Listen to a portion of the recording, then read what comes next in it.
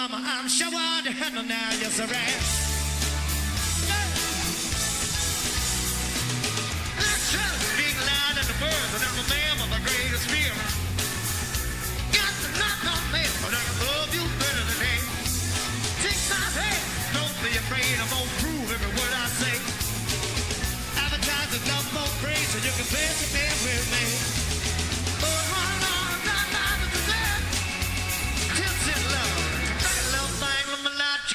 So mama, I'm sure hard to handle now, yes I am. Hey, hard to handle that. See, baby, here I am, a man on the scene. Give you what you want, but you got to bring it home to me. There's a good little love, and then I got a little more in store. When I get the baby falling on, so you'll be around for more.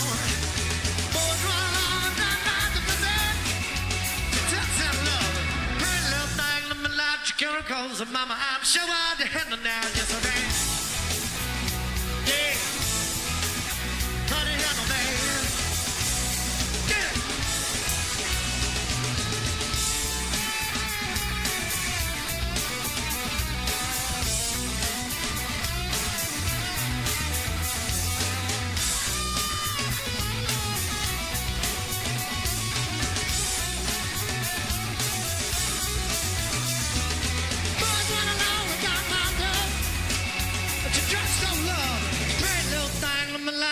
Cause of mama, I'm sure I'll handle now, yes I am. Yeah, hard to handle that. Yeah, yeah, yeah. Mama, hard job. Mama,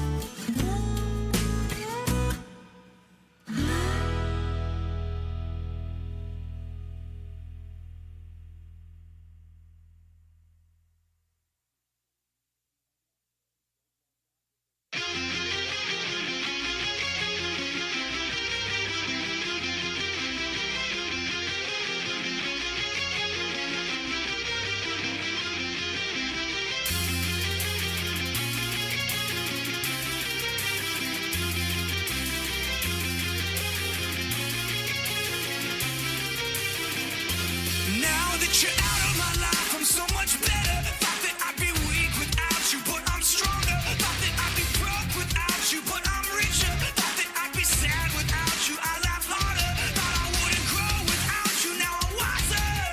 I'd be helpless without you, but I'm smarter. Thought that I'd be stressed without you, but I'm chilling. Thought I wouldn't sell without you, sold 9 million. I'm a survivor, I'm not gonna give up, I'm not gonna stop, I'm gonna work harder. I'm a survivor, I'm gonna make it, I will survive, keep on surviving. I'm a survivor, I'm a survivor, I'm a survivor, I'm gonna make it, I will survive, keep on surviving. Thought I couldn't breathe without you, I'm in heaven. Thought I couldn't see.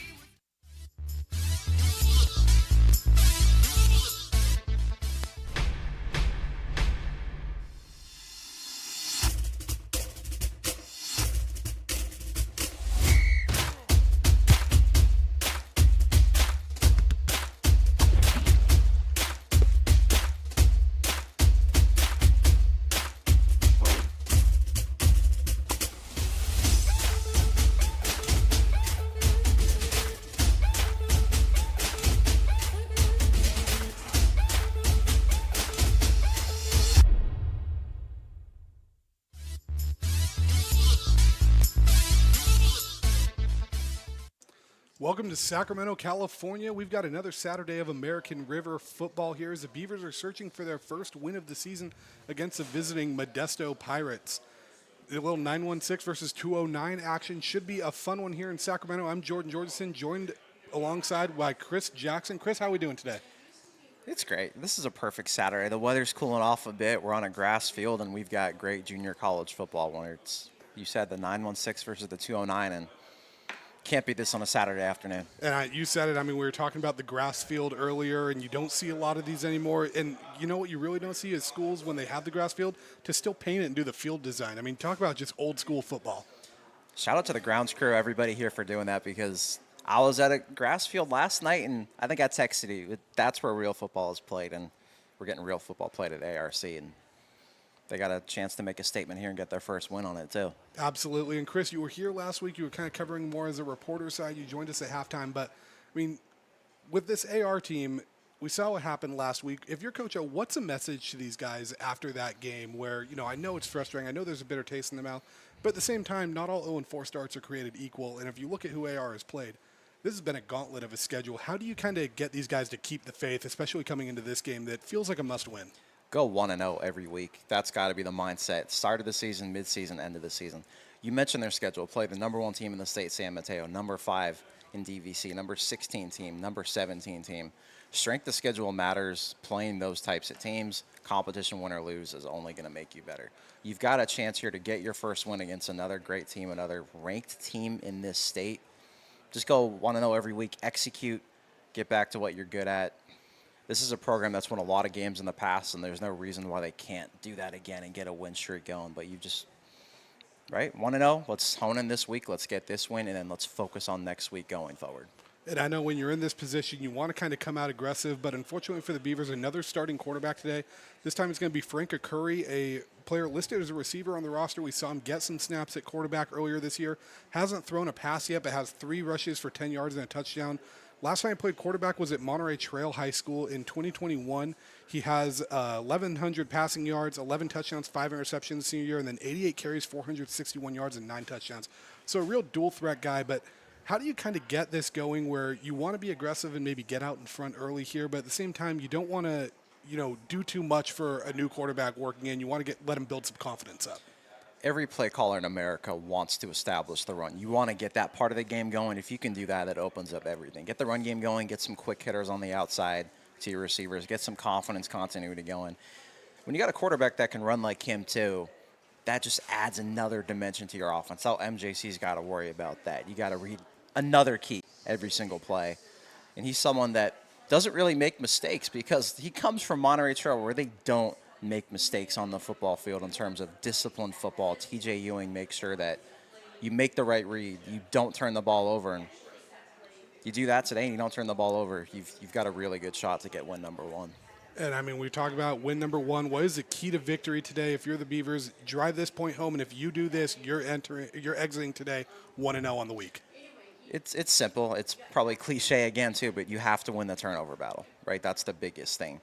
So far this season, they've thrown 5 touchdown passes but have 8 interceptions, albeit against a really good schedule and defensive backs that could start at the Division I level right now. But if you win that turnover margin, what's the statistic? Like 85, 90% of the time you win those ball games. Don't turn it over. Force a few. The defense did last week as well against CSM. If you can do that and then get the offense going, play smart football, run the football down your throats, it could be a really, really good afternoon and a special one that kind of jump-starts a lot of momentum going into October. Definitely. Well, we'll have it all coming up for you today. 1 o'clock kickoff. Don't go anywhere. Right after this, we're going to have National Anthem and kickoff for a great game between American River and Modesto Junior College. When it comes to your home's maintenance and repairs, Jeffers Resource Group has you covered. Our handyman services offer a comprehensive range of expertise so you can have peace of mind. Contact us to schedule your service today. Hi, I'm Monica from Ace Body Shop in Telling. We are a family-oriented business. We've been in business for over 30 years. We are located downtown Lincoln at 333 Lincoln Boulevard in Lincoln, California. We do automotive repair and 24-hour towing. Our phone number is 916-645-2859, or you can find us on the web. American River College is a top-tier community college sports program that provides student-athletes with the opportunity to thrive both athletically and academically. ARC Athletics is currently ranked 5th in the state and 2nd in Northern California. With over 19 sports programs, our athletes compete with the region's best athletes. Our diverse and dedicated coaching staff helps athletes develop the skills necessary to compete at the next level. Start your community college athletics journey with us. American River College, Sacramento's best athletic program. Go Beavers.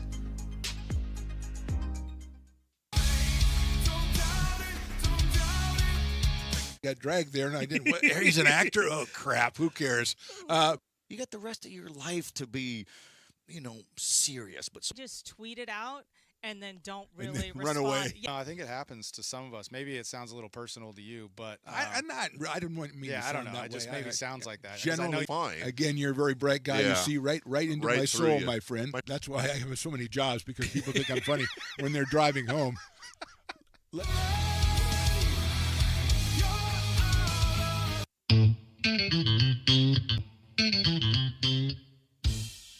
I love baking. I've been doing it my whole life.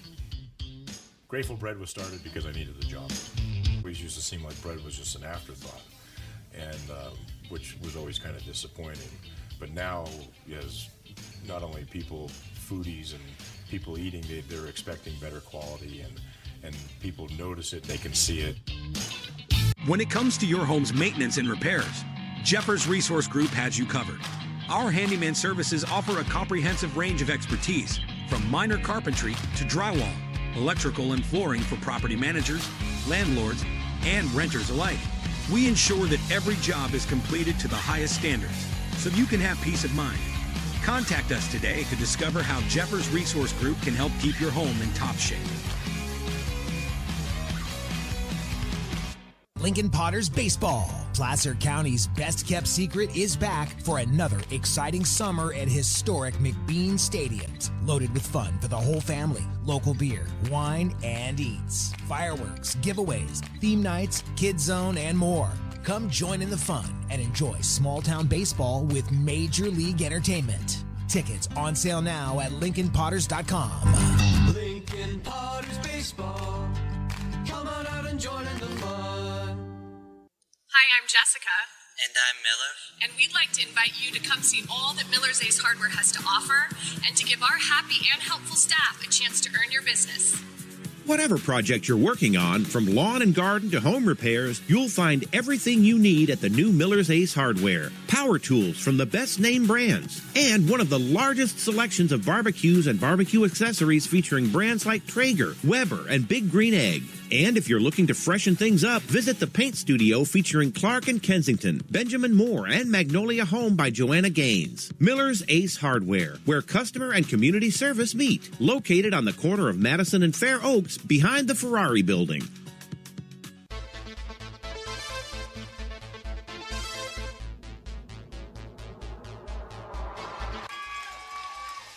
Pass flung on and missed. He got him on strikes at 86, the off-speeder. Bruno strikes out the side. Potters get the win 8-5.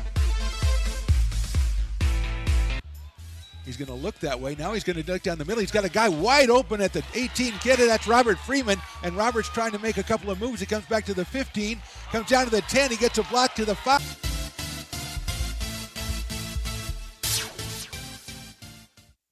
Here at Super Taco, we specialize in authentic Mexican food. One of the reasons we are different from other places is that we make everything from scratch. You get a great value when you come here, large portions and quality food. Our most popular dishes are many different kind of tacos. We have giant burritos, different kinds of enchiladas, and the fajita. If you're ready for real Mexican food, stop in at a Super Taco. We love to see you.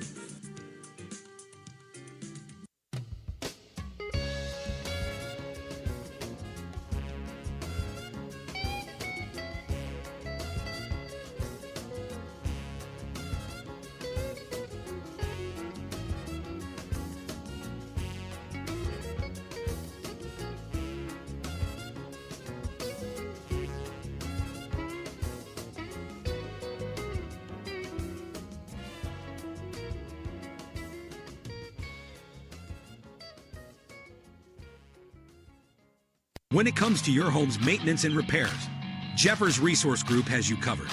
Our handyman services offer a comprehensive range of expertise so you can have peace of mind. Contact us to schedule your service today. Hi, I'm Monica from Ace Body Shop in Telling. We are a family-oriented business. We've been in business for over 30 years. We are located downtown Lincoln at 333 Lincoln Boulevard in Lincoln, California. We do automotive repair and 24-hour towing. Our phone number is 916-645-2859, or you can find us on the web.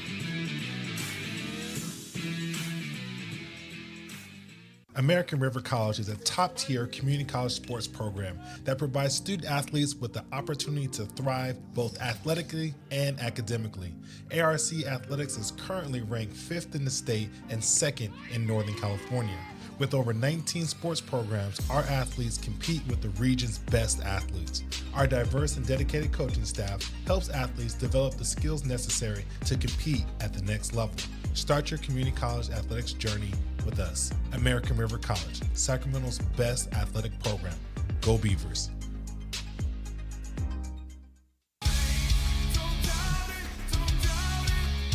Got dragged there, and I didn't. He's an actor. Oh crap! Who cares? You got the rest of your life to be, serious. But Just tweet it out and then don't And really then run respond. away. Yeah. No, I think it happens to some of us. Maybe it sounds a little personal to you, but I didn't want me. yeah, to I don't sound know. that It just way. maybe sounds like that. 'Cause I General. know-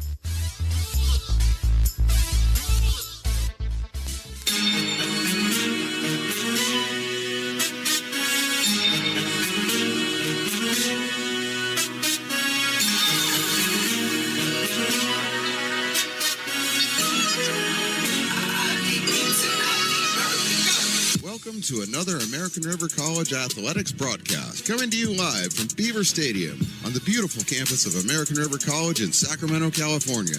It's almost time for Beavers football. Today's game is sponsored by United Rentals, Ace Body and Towing, the Lincoln Potters Baseball Club, Grateful Bread, Super Taco, and Taylor Builders. To get you ready for today's matchup, let's send it up to the booth, to the legend, Mark the Phantom Lowe, to bring you all of today's action. It's Beaver football, and it starts now. All right, welcome to Beaver Stadium on the campus of American River College. Sorry to disappoint, I am not the legend, Mark the Phantom Lowe. I am what they would call the myth, Jordan Georgeson, here taking over the play-by-play duties, joined by Chris Jackson. Just getting ready for kickoff here. Modesto won the toss and deferred, so American River will be receiving. So we line up for the kickoff. Pirates wearing the white helmets, white jerseys, and royal blue pants, with the Beavers wearing white helmets, navy blue jerseys, and white pants. Looks like a little bit of wind pushing in the direction of the kick for this one. I don't know my east and west right away. Neither do I, but we didn't go to college to learn directions. We didn't. I'm not a navigator, as people would say. And here we go. Kick deep in the end zone. It looks like Jaden Anderson's going to field it about midway through. Gets a couple blocks. Anderson kind of shimming his way to about, looks like the 25-yard line with forward progress. So, Chris, I mean, makes you wonder what he was doing taking it out at first, but he gets to about where he would be with a touchback anyway, maybe a few extra yards. He's always been a playmaker like that. He was a 1,000-yard receiver at Oak Ridge and a great returner. And you saw that. He was probably 5 or 6 yards back in the end zone, about a 30, 31-yard return, and get you some confidence right there, too. And hopefully now the offense can move the ball down the field. Speaking of playmakers, we have Frank Curry taking his first snaps as the starting quarterback of the Beavers. Looks like Troy Somer in the backfield. Curry, a playmaker from Monterey Trail High School, ran for nearly 500 yards, passed for over 1,100 in his senior year with the Mustangs. We have tight end in motion. Hand off to Somer. Looks like he's going to bounce it a little bit outside off the tackle and just runs into a wall of defenders there from Modesto. And we talked about it early, Chris. You want to get this running game going early, so some positive yards, some push, something we didn't see a ton of last week, but not quite what you wanted to on the first play. You got to like what you saw from the right side of that line, though, because there was a couple of pancake blocks. Jamin Gilbert right there just brought a guy to the ground. If you can start running behind him and get some yards there, he's playing with a mean streak right now. Definitely. Establishing that push is huge. Beavers come out in the shotgun here. And Curry throws his first pass of the season. He's going to find number 13 right there, Luis Torres, who's going to scamper forward and make this a third and short. He might have gotten that first down right around the line, though. Looks like a yard short. That's what you want to get, though. We mentioned pregame, hit those quick hitters, and this is a kid that can do it all. 1,200 rushing yards at Dixon, can go on the outside and get that. And now you're in third and manageable, 3rd and 1, and now you can kind of get under center, get the run game going, and hopefully get another yard. Looks like they'll come out in the pistol on this one. We mentioned that, too. The timing was a little bit off last week, so good to see it kind of in rhythm there. So Curry surveys the defense, makes some adjustments. Looks like goes with a hard count, hands it off to, I believe that was Elijah Gutierrez, and just got bumped behind. Looks like that was number 41 for Modesto, providing the pressure, Logan Durkee, freshman out of Turlock High School. And a frustrating 3 and out for the Beavers, but again, we saw the push that the line was getting and maybe kind of feeling it out a little bit. Yeah, quarterback's first start here. You're going to expect a drive or two to really get things going, but I like what I saw from the right side of the line. I like that quick hitter. Playing a great defense, too, right? Logan Durkee from Turlock. He was an all-region linebacker there. But like what they got, a good return and everything else. And now if the defense can get a stop here as well, you're back in business. And Landon Richardson ends up getting that one off. Kind of a weird bouncer. I think I might have hit a heel of a Beaver. And this one's just going to be downed around the Pirate 37-yard line. So good starting field position if you're Modesto. Not quite the drive you wanted going 3 and out to start. But the good news is this Beaver defensive front has held its own all season. I mean, if you look at the leading tacklers on this AR team, it's almost all defensive linemen and linebackers. So this is kind of the moment where you kind of turn to your defensive guys and say, hey, impose your will and do what you do best right here. I'm looking right at Gavin Malloy, someone that this whole D-line, this front 4, this front 7 to get some plays up front and maybe kind of push some guys down like the right side of the line did on that drive. Looks like man in motion. That's going to go to number 0, Xavier Clark, and he's going to be wrestled down behind the line of scrimmage, led by number 35, Brent Green. 17th tackle of the year for him. Quarterback for the Pirates is Dede Tafoya, and that's kind of what you want. Looks like they did get a gain of 1 or 2 there, but what you want to see from the Beavers kind of limit those big plays and limit those outside runs. Exactly what you want to see. And Brent Green's someone that can pick the ball off. He had 11 interceptions as a senior of high school. Tafoya in the pistol. He ends up rolling out a little play action. Trying pressure, avoids the sack, and Tafoya is going to end up sliding. No flag in there, but a good job by Tafoya to kind of evade the pressure there. It looked like it was number 93, Devon Critchen, that was providing the pressure. and hurry up here from the Pirates.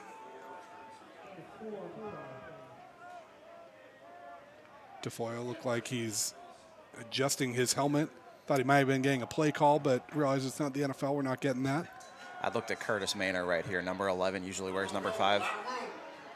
A lot of room to run, and it looks like that is number 0, Xavier Clark, once again making something happen out of nothing. Turns that into a big gain. Looks like something like 25, 30 yards right there for the Pirates. And if you're the Beavers, you don't want to find yourself in a position where you could have gotten off the field on 3rd down, and instead now the Pirates are in field goal range. It's exactly what MJC wants. They've got a couple of guys on the outside. You got Xavier Clark from Ripon High School, right? And you've got Curtis Maynor, kid from Tracy. He is their big play guy, their big receiver, huge target that is had a couple of big plays last week as well. So they're going to look to him a lot in this ballgame. Tafoya hands this one off to number 1. That's LeBron Stallworth. Looked like number 1 on there. Listed as a linebacker on the roster, but Stallworth getting the carry on that. He is their best defender as well, a 6'4" outside backer, edge rusher. So he looks like an Iron Man. I mean, it looks like he looks the part, too. Looks like they're going to go to Stallworth again. Breaks a tackle, and that second effort gets him the first down there. The Pirates look like they're inside the red zone. And actually, I believe that's number 7, Bryson Davis. The numbers are a little boxy on Modesto, so it was tough to tell there, but it actually is Davis. He came into this one the leading rusher for the Pirates, 349 yards on the season. Good run right there. He didn't play last week, but entering last week's game, he was the leading rusher in California. He was a big-time running back, one of the many Manteca High Schools had, and he's just continuing that on at this level. Looks like a new back mixing in on this first down, just outside the red zone, actually, for the Pirates. It's going to be number 33, Aiden Muhammad. As the Pirates not really going huddles, kind of running a little mix of a hurry up. Pistol for Tafoya once again. He's going to hand this one off to Muhammad, and he's going to scamper forward for a few yards. We have a loose helmet down there. But nice little punch there for the Pirates. Looks like a gain of about 5 or 6. And if you're the Beavers, how do you kind of get off your heels here and get a stop here and at least try to force 3? You've got to hit one of those gaps on the inside. You've got to make a man miss. You've got to get there. Get a TFL. Get some energy going on that defense and get some confidence going. And we see this defense really kind of feeds off of that energy a lot. And when these guys get going, it does get contagious, but you also don't want to be on the flip side of that and have some bad energy. It's Tafoya. Looks like an option. He's going to find Muhammad. And a big hit right there. Looks like that was number 23, Kevin Arnall, on that. And what'd you see on that one there, Chris? He flew to that football like a heat-seeking missile. Kevin Arnall, El Dorado Hills, Oak Ridge High School. Shout out to those places. And, wow, look at the way he came from the back end of that defense and just lit a man up. And now it's looks like 3rd and 4, 3rd and 5, and you've kind of got the 6 in your favor after that really good first-down run from Aiden Muhammad there. Yeah, not shocked to see an Oak Ridge player playing physical. That's a brand that Casey Taylor is familiar with. Man in motion, looks like a handoff. They're going to go to Muhammad again. He's going to scamper forward, and I believe that's going to be enough for a first down by about a yard.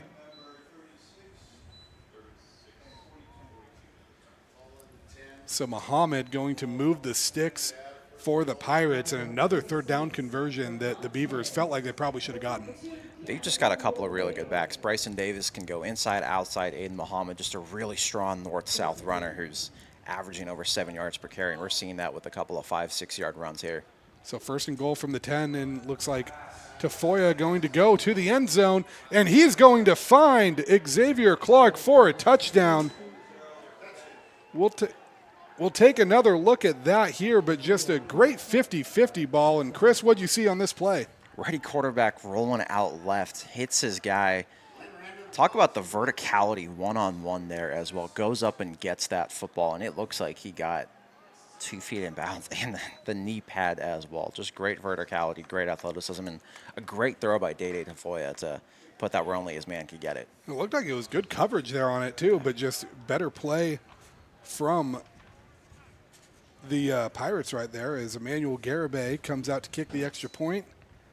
And that one's up and good. So early 7-0 lead for the Pirates with 8:26 left, and we'll keep it right here since this kickoff's coming up. But, Chris, it's not the start you wanted if you were the Beavers. It's not, but sometimes you have to tip your cap on a touchdown pass like that. Sometimes a man just beats you right there. Really good play, but There's a lot of game left. What did we say? Go 1-0 each week. Go 1-0 each drive here. And, you know, another good point, too, is they've gotten to a few third downs, and both times it was good players making some plays where you want to limit that. You don't want that to happen because we saw it last week with Ollie Collier making a lot of great plays and keeping that defense on their heels. But you've got to feel good knowing, hey, we got them in these third down situations. We just need to find a way to get that last stop. The key will be just really limiting the plays on first down as well, right? That right before that touchdown, Aiden Muhammad about a 5-yard run on first down. Limit that to 1-2. Then you put them in a 2nd and 7, 2nd and 8, and you're making it really, really tough on them. But you don't want them to get that 4 or 5 yards cloud of dust that they so desperately are looking for with running backs like Bryson Davis, like Aiden Muhammad. I mean, the big thing that stood out to me with that drive is their leading receiver for the Pirates this season was Curtis Maynor, who had 159 yards, but then no one with over, I think, 75 yards on this one. I think they had, Clark alone had 50-plus yards of receiving on that one drive, as this one is booted deep, and Anderson again will return this from inside the end zone. Anderson had a little bit of a seam there, but it looks like he slips on that one. Is going to go down around the 20, so a tough break for the Beavers. But, I mean, the blocking was there on that. Yeah, he had another, it looks like 10, 15 yards of open field to get there. You still start at your own 20. Where are they placing this ball? At the 22-yard line? Get a first down here. Looks like they're going the 16-yard line. 16, so okay, looks like maybe I should recheck my glasses. I'm wondering if when he slipped, we might have had a knee hit the ground. Potentially. A Curry in the pistol this time, 2 tight end set. Anderson in motion. He's going to hand it off to Somer up the middle. Somer breaks a couple tackles, keeps those legs churning, and there we go. A little push from the Beavers, a play that looked like it wasn't going to be something, and Somer turns it into something. That's what happens when you hit those squats in the weight room. Great driving with his feet through contact, great contact balance, and now you're ahead of the sticks going into second down. It makes it a lot easier these next 2 downs. And the interesting thing about this backfield is we have a receiver that's playing quarterback in a Curry, and then Somer, a guy listed on the roster as a receiver as well, playing running back. So a couple guys playing out of position, making the most of it. That's all you can ask for, playmakers, guys that have played multiple spots in their careers too. There you go, Somer again. Looks like he's got the outside edge, and good block there by number 79 for the Beavers, which we do not have listed on the roster right there, but that was the one that set the edge really and kind of helped move the sticks right there. Against their best player. We talked on the last drive and we thought that was LeBron Stallworth out there, but a 6'4", 210 outside backer, you'll see him just wreak havoc in the backfield, a tackles for loss machine, and can drop back in the coverage. But like you said, tremendous blocking on the outside to get that extra seam there. And Stallworth came into this one the leading tackler on the Pirates with 20 tackles. Curry in the pistol once again. This time he's going to hand it off. I believe that's going to be Nathan Crawford, a player that we didn't think we were going to see today, but he's going to be playing. He was banged up last week. He's the Beavers' leading rusher, 52 carries, 370 yards, 3 touchdowns on the season. That's a little 5-yard gain on first down there. That's what he did at 12 Bridges. 5, 6, 7 yards every single play and 39 touchdowns as a senior there. Can't be shocked that he's not 100%, but he's playing this football game. That's just 12 Bridges Raging Rhinos football at its finest. And big thing with Crawford, he's a runner that falls forward, and that is huge over the course of a game. Curry again in the pistol. This time he's going to look to pass on the outside and finds Torres once again, makes a man miss and goes forward. So again, kind of that quick little hitter to Torres, and out, which is a hard throw to make for a guy mixing in at quarterback, but he moves the sticks there. Yeah, he does. He gets this guy in the open field, makes that tough throw, and now you've got a couple of first downs on this drive and some confidence going for this offense. What do we say pregame? Run the ball, establish that, hit those quick hitters, and that's exactly what ARC is doing the second drive. I think the key to this, too, is we're seeing a defense that's getting some rest. Last week we saw how many times this defense would get a stop and then be right back on the field. So another key there is just getting some fresh legs on the other side as well. Especially playing that MJC Russian attack. A little pop pass to Anderson, and that one sniffed out right away. Number 32, Jalen Booth, led the charge there. He came into this one leading the Pirates in tackles for loss with 7. We could see why right there, but we do have a flag on the field. He is another one of those guys from the southern part of the Sac Joaquin section, Merced, California, that, what do we say, wreaks havoc. He is in the backfield. He and LeBron Stallworth. It seems like every single play. And we'll see what this laundry is right here as we wait.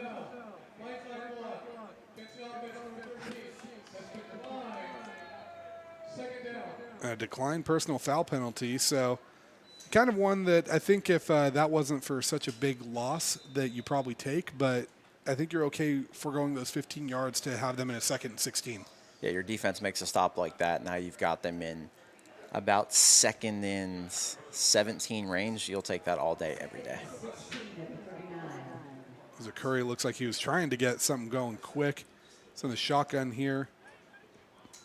And looks like quarterback draw. I don't know if that was a designed run or maybe a little RPO, but Curry saw something and ends up getting close to the stick. Still 3rd and long, but 3rd and 12, 3rd and 13 feels a lot more manageable than 3rd and 17. It sure as heck does. Now, if, let's say, there's no open room here again in the pass game, he's a guy that can get 12, 15 yards on the ground, right, and keep those sticks moving and get a 3rd first down here. And we've seen a Curry throw the ball kind of short and let his playmakers make a play. We'll see if they actually throw something to the sticks here or if they try to get someone the ball in space as he brings Torres in motion. And a Curry looking back to throw. Immediately finds pressure, throws one up, and I think they're going to get him for grounding on that one.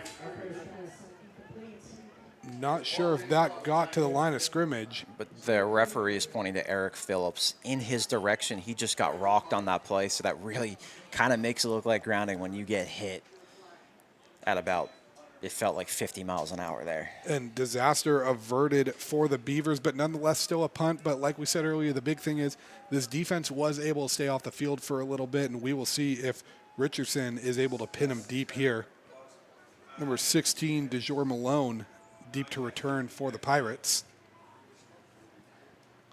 Snap to Richardson. Kind of caught it in his hips a little bit, but ends up getting that one off. And great friendly roll. Bounce there. It's going to be down to, it looks like the 8-yard line. So, hey, that's, if you're not going to put up points on the board, I think if you're the defense, that's the best situation you could have asked for. Make the Pirates have to go 92 yards to move the ball here. You could not script that better. Now you can play the field position game. Let's say you get a 3 and out here. You get the ball right back in midfield after a punt.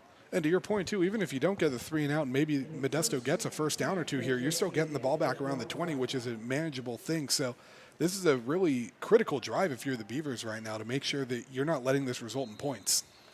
That is exactly right. Now you're hoping that they don't keep getting 5-6 yards every single carry with a Bryson Davis like an Aiden Muhammad. And I can expect them to give it to Davis right here. And Tafoya actually with a play action. Looks like it was read pretty well, but the tackle is not made.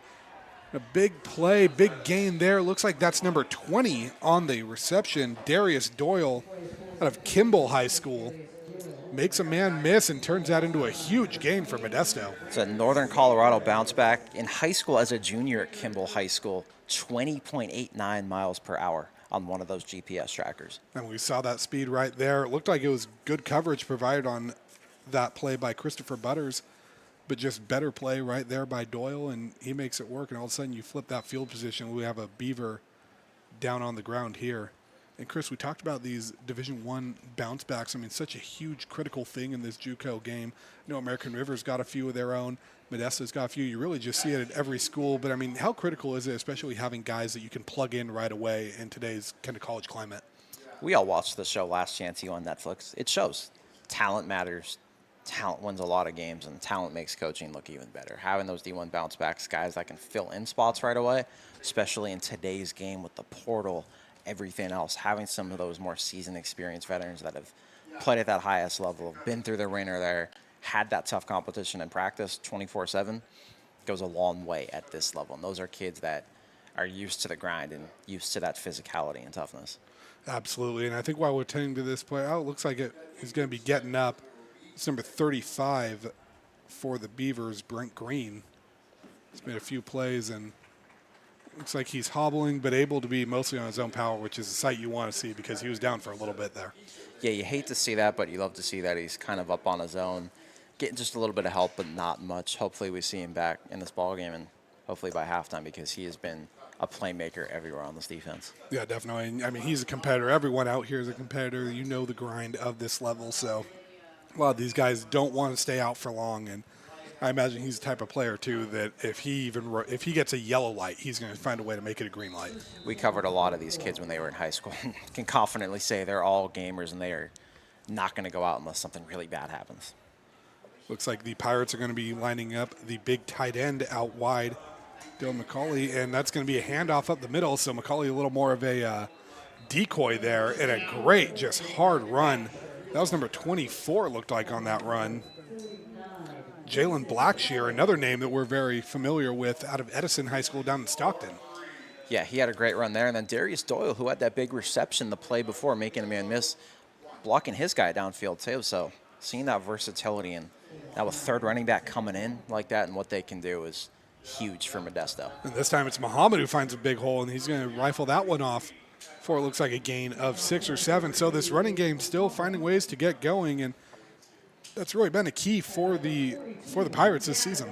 Yeah, well, we mentioned when you've got Bryson Davis, who was the state's leading rusher going into last week, Aiden Muhammad, 7.5 yards per carry, just super tough, falls forward like a Nathan Crawford, and then you can bring in a Jalen Blackshear as well. They don't really have to do much else offensively right now. And Tafoya puts his man in motion, finds Blackshear. Blackshear is going to end up bobbling that one. And the Beavers are going to pick it up, but I think that was a forward pass. At the very least, it was vertical. And I think, Chris, that might have been a case of just kind of thinking of what you were going to do with the ball before you had the ball. It looked like he had some blockers, had some open field there. Now if your ARC capitalized on it, they just had a mistake on first down. You won that first down battle. Can you now get a stop here on second down and make it third and long? Yeah, and the football gods don't give second chances often, so you got to make sure you don't squander them when you get them, and that's a big thing right here. And it looks like the Pirates are going to reset a little bit. 2 tight end set coming in. Still Blackshear in the backfield. Tafoya in the pistol. He's going to fake the handoff to Blackshear, roll out, and looking on the boundary line for his man, but some good coverage right there by Cade Dutton, one of the top DBs we've seen from this Beaver team. A 2023 state champion, great football lineage there, a winner, and he was great on that route too. It looked like his man had him beat. He read that route perfectly to come back to the outside and breaks up that play and makes it a really tough throw. And now it's 3rd and 10, and you might have a chance to get off the field here. And I mean, that's a big thing. Get off the field. You've given up 2 third and medium or 3rd and long situations. Find a way to get off the field here and keep that ball on the Pirates in the shotgun. Tafoya surveying the defense. Puts Muhammad in motion. Looks back, quick throw, and that one's going to be dropped. Pressure in his face right away by a group of Beaver defenders. And, Chris, that's what you wanted to see. It's exactly what you wanted to see. You got the football gods rewarding you on first down. You get great coverage on second down by Cade Dutton. 3rd down, 3rd and 10, they try that screen, drops the pass.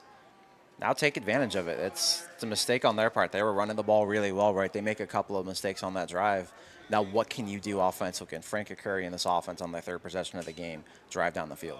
The Beavers were showing pressure on that punt, but end up not sending it, and that's going to bounce in the end zone. So, hey, even they move the ball, like we said, they get a couple first downs, but you're still getting the ball on a touchback at the 20-yard line. So, I mean, no damage really done too much, and a chance for your offense to kind of get moving again. They kind of found their legs a little bit that last drive. They did. Each drive you're seeing them getting further and further down the field. Now, I think 3rd time's the charm, right? You got to start thinking like that. Can Frank Curry make a few more plays with his feet? Can you run the ball effectively again? Can you get a few more quick hitters to the outside, too? And we've seen a lot of these deep balls to Jaden Anderson after setting things up for a drive or two. With a new quarterback, is this maybe a drive that you try to test that arm a little bit and see if you can go deep? I think so. If you get into a 2nd and 1, 2nd and 2, I think that's where you get a shot play. Anderson in motion here. So now trips out to the right side. He's going to hand it off to Sommer. Sommer finds a hole on the outside. Some good blocking there and turns that into about a gain of 7. So kind of setting up to what you want. And I think that might be how Coach O drew that one up. He's got some explosion out of the backfield, too. You couple that with that blocking, that's hard to stop. Now you've won that first down battle. You've got, it looks like 2nd down and 3 yards. This could be one of those opportunities here coming up where, like you said, you hit a Jaden Anderson on the outside. And 2 tight ends in on this one, 81 Josh Feuerbach and 88 Jaden Suggs, the fullback converted tight end. There's a Curry in the pistol once again. He's going to bring Feuerbach over in motion. So 2 tight ends to the right side. And a quick little outside hitter finds his man once again. And once again, that's Torres. So they really like that out route. And I know we talked about it a little bit, but I can't stress enough how hard that route is to throw, especially for a guy mixing in at quarterback. It looks hard up here, but you don't realize until you're down on that field and behind it too how difficult that is. You've got to throw it across the field like that, across your body. They're making that look easy. A great connection there. Keep feeding that, and another first down. And I mean, that's still probably a 30-something yard throw in the air when you take into account the width of the field and everything. Big confidence booster. And Curry brings man motion again. 2 tight ends to the right once again. Gives it to Sommer, and he's going to dance up the middle and looks like get a gain of 1 or 2. He was lined up pretty far back, so I think the gain looked like it was a little more initially. But, again, forward progress and something we didn't see from this line last week that was getting pushed back a lot. I love the way Coach O uses his tight ends here. I know it's something he's been known for a while. Their motion, the way he uses them as blockers, everything else, those heavy sets. A lot of old school type football there. And the big thing with these tight ends, too, is a lot of them have great hands, so you kind of really need to account for them in the passing game, and they've got some speed, too, so we'll see if they get them in the mix here. As Curry sets it up and fakes a handoff right there, breaks the ankles, and a nice throw, and he finds Torres once again on the boundary, and they are going to say that that is a catch. So, I mean, you think he's got a little bit of chemistry right here with Torres? You see the way he made that defender slip there, too. He's got a little wiggle in his game, right? You mentioned dual threat quarterback out of Monterey Trail. We're seeing that play action, a righty going left with that throw. Those outside hitters that he's already hit are tough, and that one's just as difficult to a righty going out left and putting that in the perfect spot for Torres. And it felt like they were baiting that play, didn't they? Having both tight ends on that one side, they've been running to that, and then all of a sudden the rollout right there, and he looked like he had room to run, too, if he wanted to. Either way, they were going to get a first down. And Curry now in the shotgun on this one. He's going to fake the handoff to Crawford. I don't know if that was a read or a designed run, but it's going to get blown up right away, and it looks like the charge on that was led by Jalen Booth again? Jalen Booth, I believe. So that's going to be the end of the first quarter. Modesto leads this one 7-0. Second and 11 for the Beavers on their own 45-yard line. We'll be right back after this.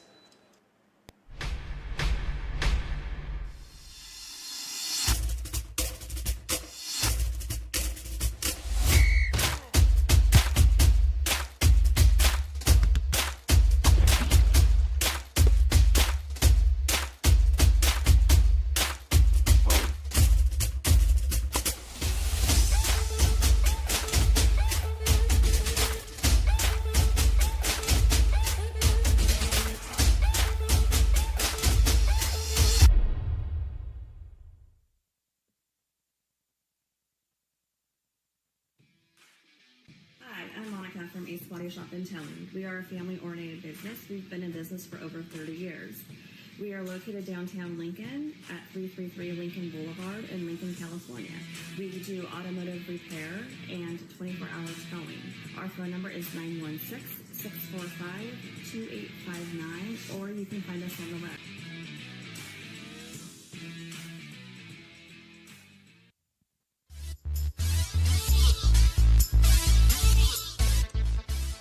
Welcome back to American River College. Jordan Georgeson here alongside with Chris Jackson. Beavers have a 2nd and 11 from their own 45 as Frank Curry starting to find his legs and lead this offense a little bit. Pirates showing pressure. Beavers in the shotgun here.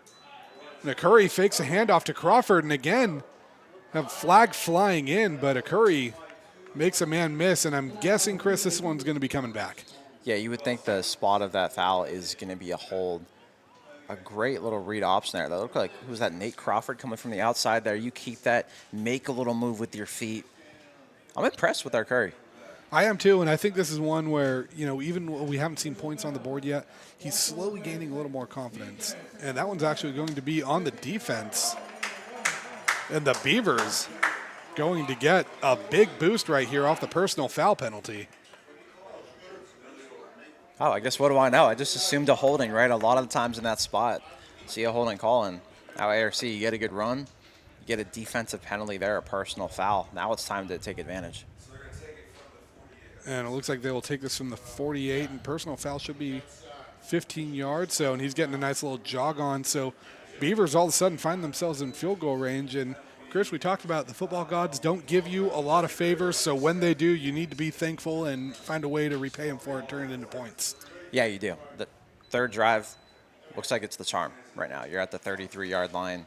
Time to capitalize, get some points, hopefully a touchdown here. And this offense is really gaining confidence, though, with our Curry, with Torres, Nate Crawford, and everyone in between. Pirates showing pressure once again. Pressure in the face, and Jaden Anderson gets the ball in a little screen pass. Anderson doing what he does best, making a few men miss, and a play that looked like it was going to be busted by the pressure from LeBron Stallworth ends up turning into a 9-yard gain. That's Jaden Anderson football. That's what he did at Oak Ridge, 1,000-yard receiver, all Sacramento, all Metro, and he gets another blocker there. He's probably taking that to the house. And we always talk about the big thing with Anderson is finding ways to get him the ball in space. So getting him on that little screen pass, letting him do what he does best. I mean, another way to get this offense confident. And sorry, it looks like that'll be an 11-yard gain or a 10-yard gain because of first down. Moving those chains, moving those sticks. Now you're almost in the red zone. Curry in the pistol. Crawford lined up behind him. 2 receivers out wide to the right. And Curry going to hand it off to Crawford. That one got sniffed out right away. He runs into his own lineman.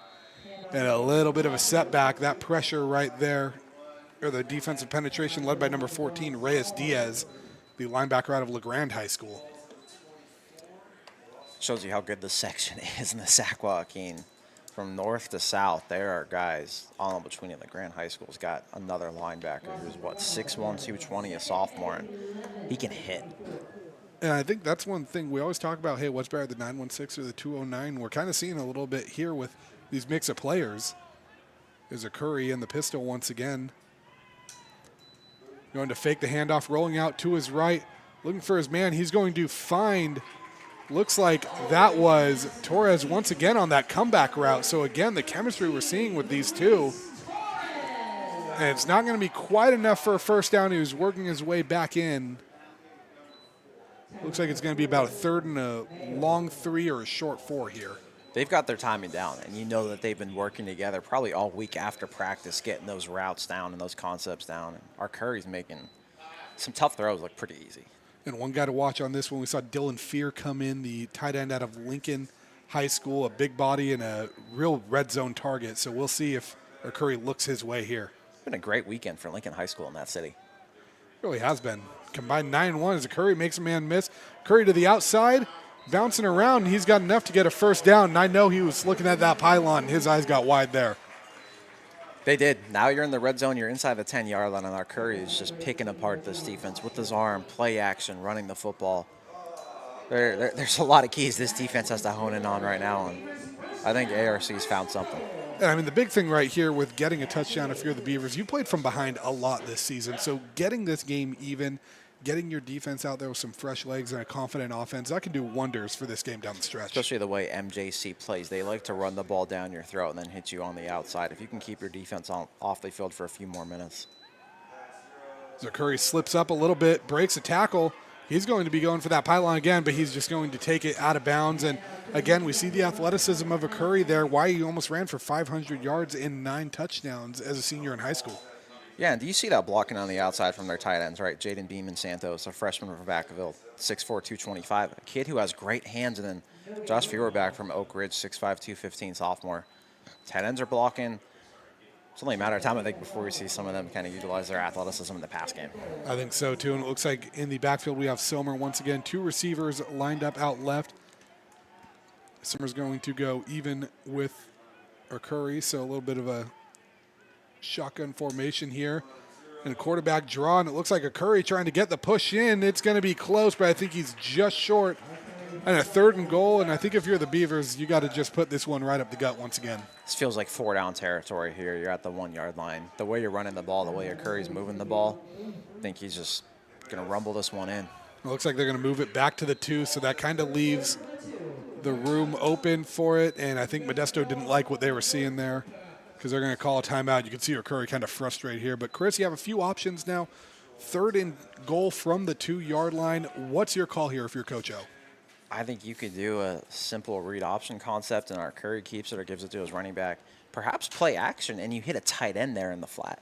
And I think the big thing we've seen with this play action, too, is Curry's not afraid to call his own number and run with it. And it doesn't really look like he's made the wrong choice on that play yet necessarily. I mean, knock on wood here, but it seems like he's been confident in the reads he can make. And if he doesn't feel like he can make the throw, he'll call his own number and settle for a gain of 4 or 5. That's what he did all of high school, playing at Monterey Trail for TJ Ewing. It's all about making the right reads, reading that defense, making those right decisions. And it's no surprise he's carried that over.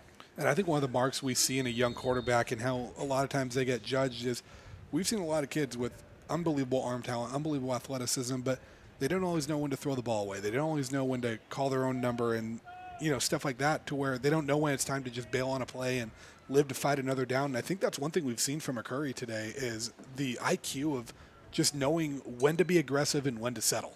You see why this coaching staff likes him and gave him the run and the chance today, because he runs this offense effectively and can do so many different things. And he's, like you said, super high IQ. And it looks like McCurry going to come out in that pistol formation once again. Receiver on each side. He's going to hand it to Somer up the middle, and Somer is going to make a man miss, and the Beavers are in the end zone. Troy Somer gives AR a chance to tie the game.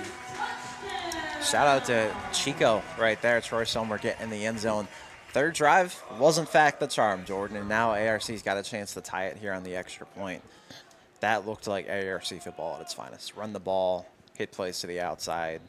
Offensive line really kind of drove some guys to the ground, did a good job. Tight ends blocked well. And that connection with Luis Torres, that is something that a lot of defense are going to have to realize that now on film for this next month.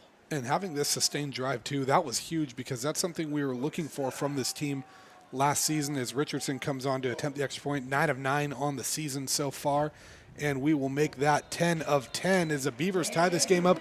10:44 left in the first half. And it's looking like this kickoff is coming quick, so we'll keep it here. But, Chris, kind of give me the rundown of that drive. What did you see from it there, and what have you seen from this offense as this game has gone on? You saw everything that Frank Curry can do. Run the ball, read option. He had that one with Crawford. That read option got about 6-7 yards, and then the 15-yard penalty. He's got a little wiggle. He's got a good arm. Throws to the outside, then play action, a righty going left, then play action going right on that comeback route to Torres. That was everything that you want to see in a dual threat quarterback and then some. And he has an IQ that I would love to see tested, because he is reading this defense as well as can be. Definitely, I agree with you there, and it looks like we're going to get Alex Hensley kicking this one off for the Beavers. Deep to return for Modesto. Looks like it's going to be DeJour Malone once again. And a name we're also familiar with, Jeffrey Missouri out of Rodriguez High School, helped lead those Mustangs to a 10-0 season last year. And now good to see him playing at the next level and getting some reps early on in his career. Yeah, he and his cousin Jermaine Missouri leading history at Rodriguez last year, that 10-0 season, Monticello Umpire League champs, and did so with Miles King, the head coach. Also relation to them, too. So playmaker going from Rodriguez High School, making history there, to perhaps playing a key in ARC's first win of 2025. Hensley with a little bit of a squib boot, and it looks like that might have been what was designed, going to be picked up and received there by the Pirates, and good job on that play. It looks like that was Malone kind of making something happen out of that, because a lot of times those squib kicks you see doesn't always end well for the receiving team when they opt to return that. So I think if you're the Pirates, you'll kind of take what you saw Malone do there and turn that into somewhat of a positive. Yeah, you kept your defense off the field for a while. They got the stop the last drive. Can they do it again? I think the big thing here is going to be finding a way to get a push from this defensive line. We talked about this front and what they're able to do. Now's the time to try to get Modesto behind the sticks. That's where the game's going to be won or lost today. Stafoya looks like some timing was just off on that. Maybe a little bit of a RPO that took a little too long to develop. He was looking on the outside there for his man. Looked like number 11, Curtis Maynard, the leading receiver for the Pirates, came into this game with 7 catches, 159 yards on the season. 4 straight blast plays for MJC. You got to expect that they're going to get back to running the football here because of what their offensive line has done against a really good ARC D-line. Yeah, Bryson Davis in the backfield on that. Beavers showing pressure, and Davis running through and just ran into a brick wall. Looks like a little bit of a second push there, but he's going to be blown dead. About 1 yard gain. I think that was Akio Martinson, the San Jose State bounce back out of Delaware High School, that led that defensive pressure. And who else was in there too? Cade Millard from Foothill High School of Pleasanton, a great family. His father, 1989 NFL Defensive Player of the Year, and his older brother was the head coach at Monta Vista in Danville. That's you're going to be a pretty good defender if you've got that in your lineage here. I know we've got a Foothill guy in the booth tonight too, so a lot of Falcon pride going on. Looks like we have a timeout here and a 3rd and 9 coming up. American River calling the timeout. I don't think they liked what they saw. And the big thing with this Beaver defensive line is there's so many guys that you can mix in. When you have edge rushers with NFL lineage, you have Division I bounce backs. You just have, feels like there's so much talent in this room. We haven't even called a name that we were used to calling a lot last week was Shamonte Brown, I'm sorry. But it just feels like this is a group that no matter what number you need to call on, you can find someone that's going to step up and make a play for you. They've had a lot of different guys step up today, offensively, defensively, team football at its finest. And that's how you get wins. That's how you keep a season going on. And that's how you're going to get some momentum going into this next month and a half of the season. And now you've got 3rd and 9, and you're winning the battle these first 2 downs. Now can you win this battle and force another stop? And it's no secret, too. I mean, the Pirates are a run-heavy team, so forcing them to get in passing situation when it's not what they're most comfortable doing with their offense is a key thing. As Tafoya in the shotgun is going to look. We do have a flag out, and I think this is going to be a free play. He's going to go deep, and he finds Malone right there, and he turns that into a big game. Big gain. This flag coming. Everyone's kind of stopping, looking to see what we've got. And a legal formation, so a backbreaker. And Chris, we talked about it again, another second chance for the Beavers, and that one just feels like a gut punch for Modesto.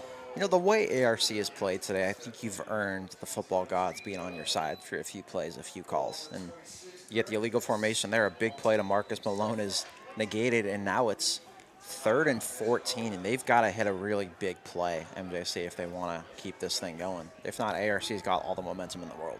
And 4 receivers in the formation here for the Pirates, 3 of them out to the right. Beavers showing pressure. And they have 3 guys on the line right here for Modesto on this side. So, and it looks like that is going to get called once again.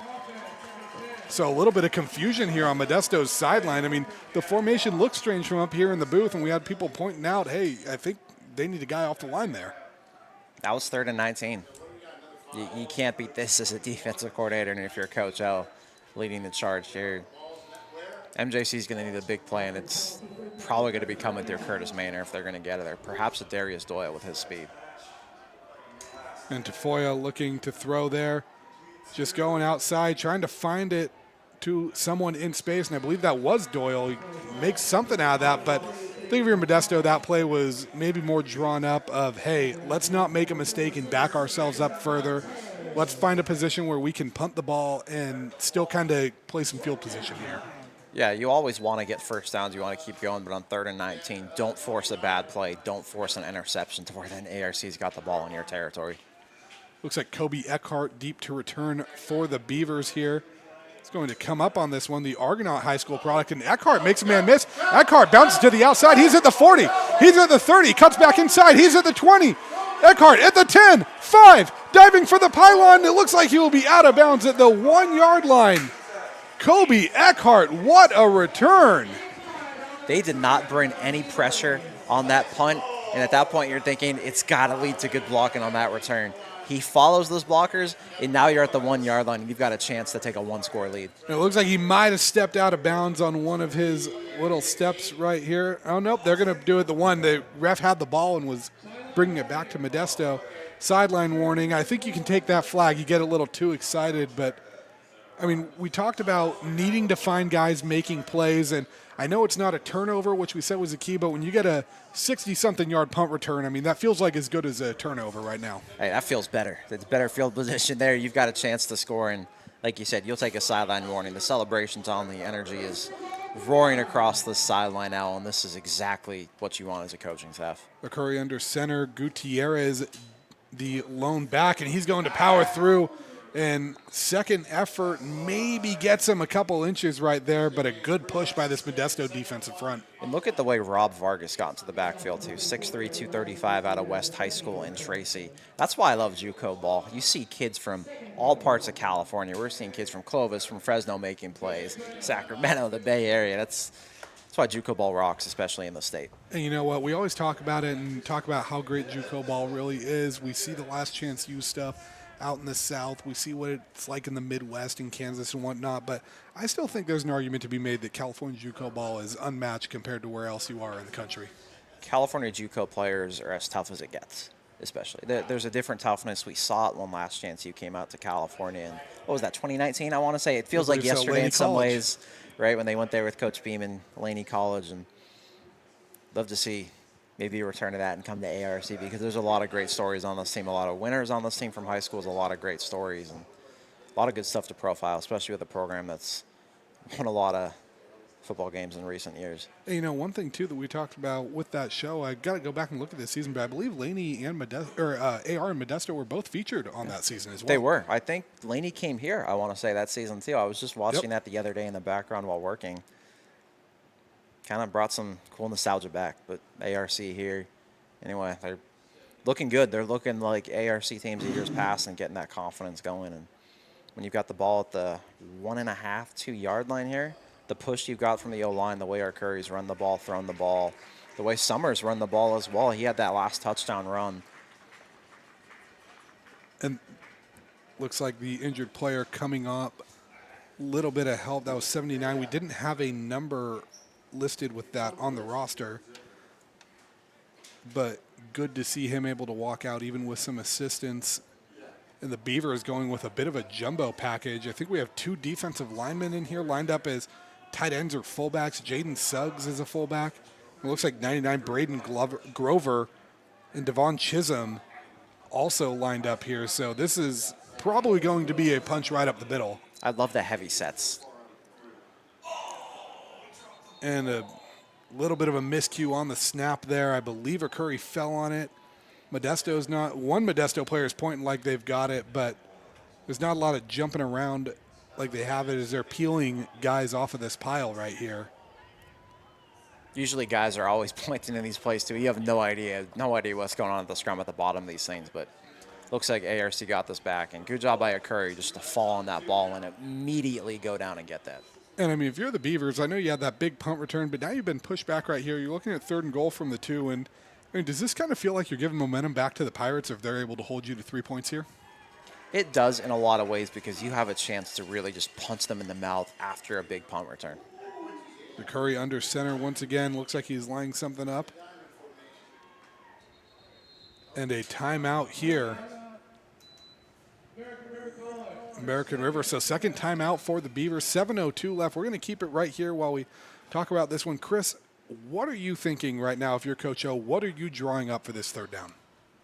I'm doing a little play action, hit the tight end, hit a Beeman Santos, hit a figure back out there and get that 2-yard touchdown in the flat.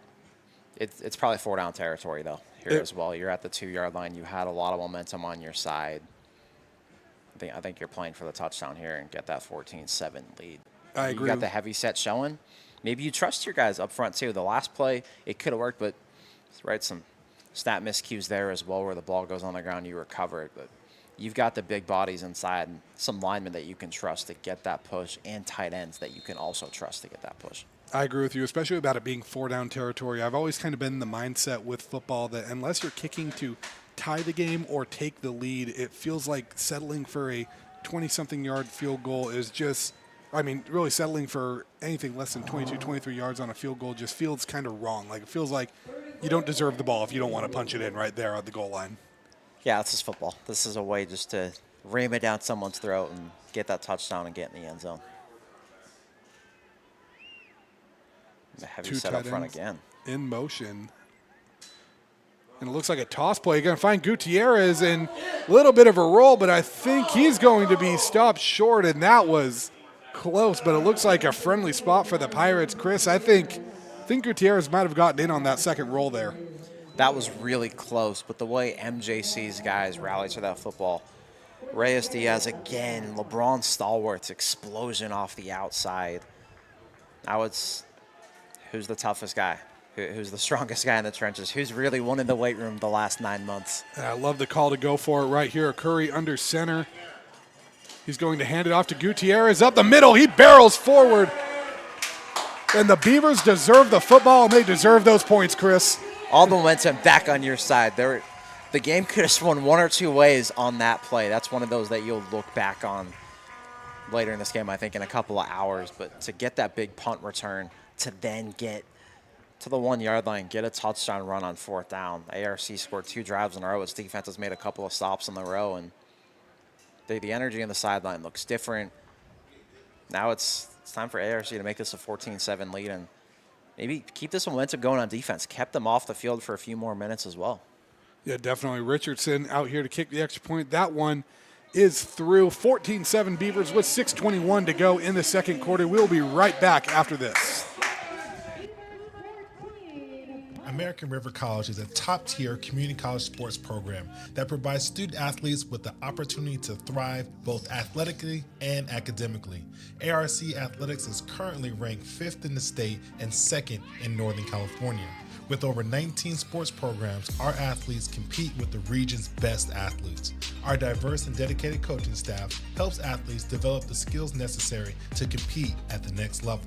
Start your community college athletics journey with us. American River College, Sacramento's best athletic program. Go Beavers.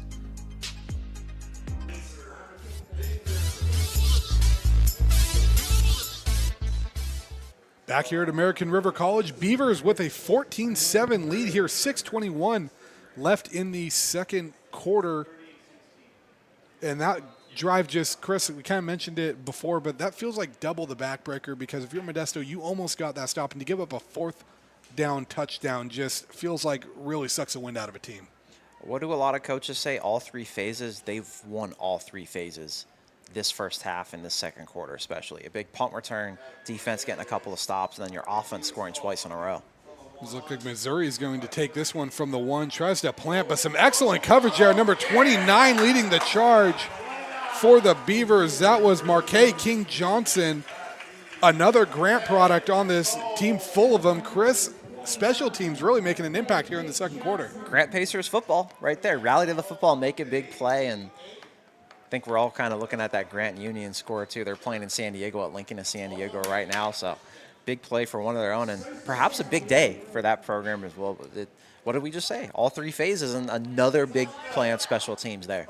Another one that was in there on the tackle, Gavin Rappa, another state championship caliber player, helped lead the Raging Rhinos at 12 Bridges to a NorCal title. He's a great leader of their student section in basketball too. He really is. Tafoya hands it off to the outside, a little bit of a jet sweep there. Looks like he was looking for Xavier Clark on that one, or they're trying to get him going. And rival off for a good gain of 7, so you're backed up inside your own 10. That's exactly how you want to start that drive.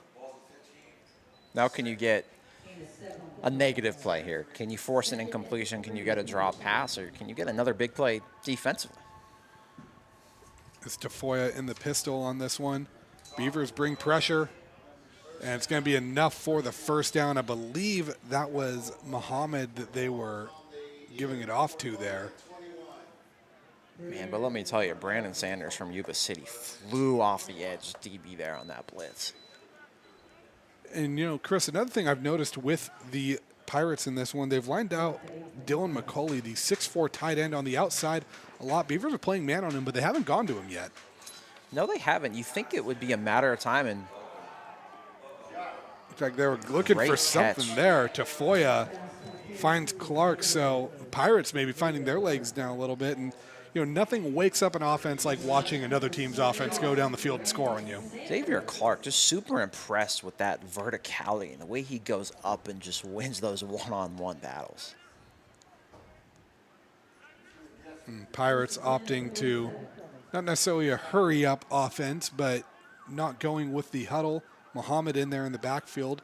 Tafoya hands it off to him. Muhammad finds a bit of a hole, but ends up getting stuffed still, maybe a gain of 1. And I believe that was Millard in on the tackle there.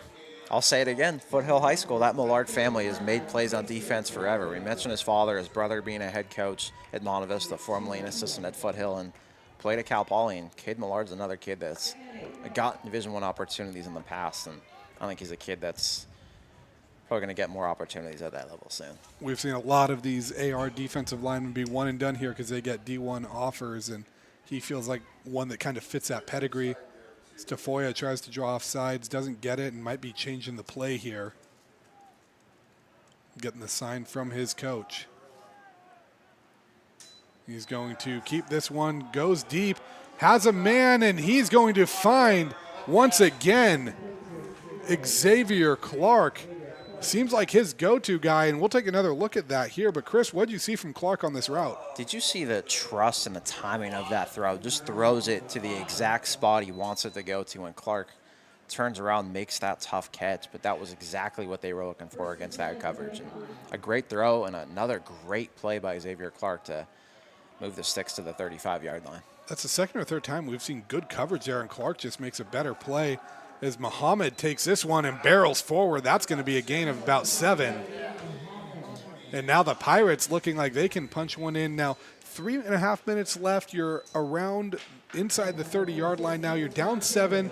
You're getting the ball to start the second half, so you want to be quick, but you also don't want to be too quick to where you give the Beavers time to score in response. The way they're running this football, you got to think that they're going to kind of run off some clock here and keep that ball on the ground. They run the football a lot more effectively this drive. After the pass, too, they didn't score is when they had, I think, 5 or 6 plays were a pass. And that's where I think if you're the Beavers, getting something to get them behind the sticks here is huge. Tafoya looks again and looked like he was looking for, I believe, Malone on that one. Looks like Curtis Maynard.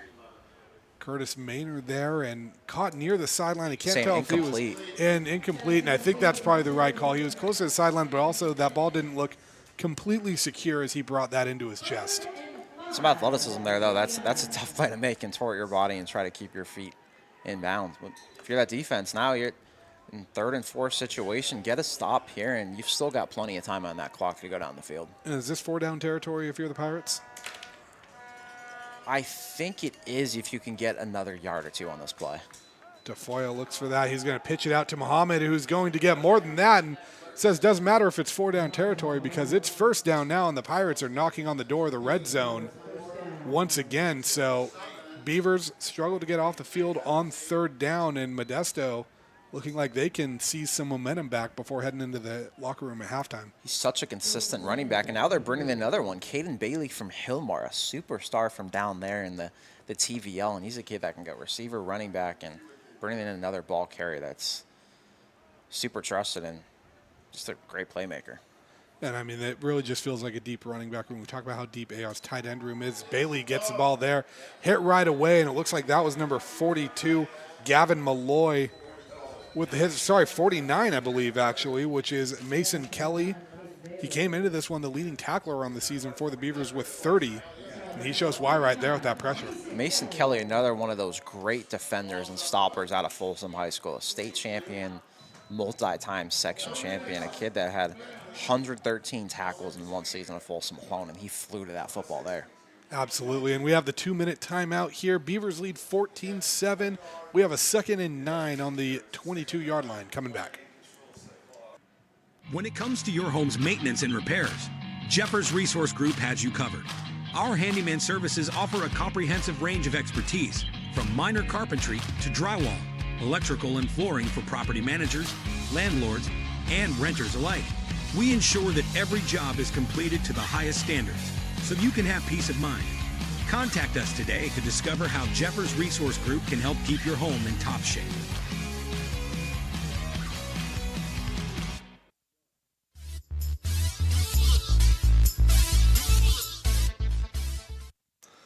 Back here on the campus of American River College, Beavers lead this one 14-7, but defense being asked to make a big stop right before the half. 2 minutes left in the second quarter.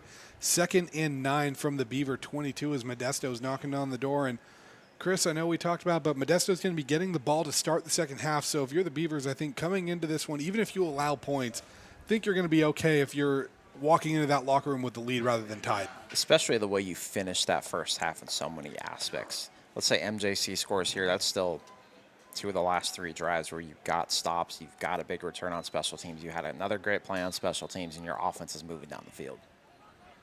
It looks like Tafoya going to fake it. Muhammad gets on the outside there, and he's going to go for that pylon. I think he got just enough, maybe just short, actually.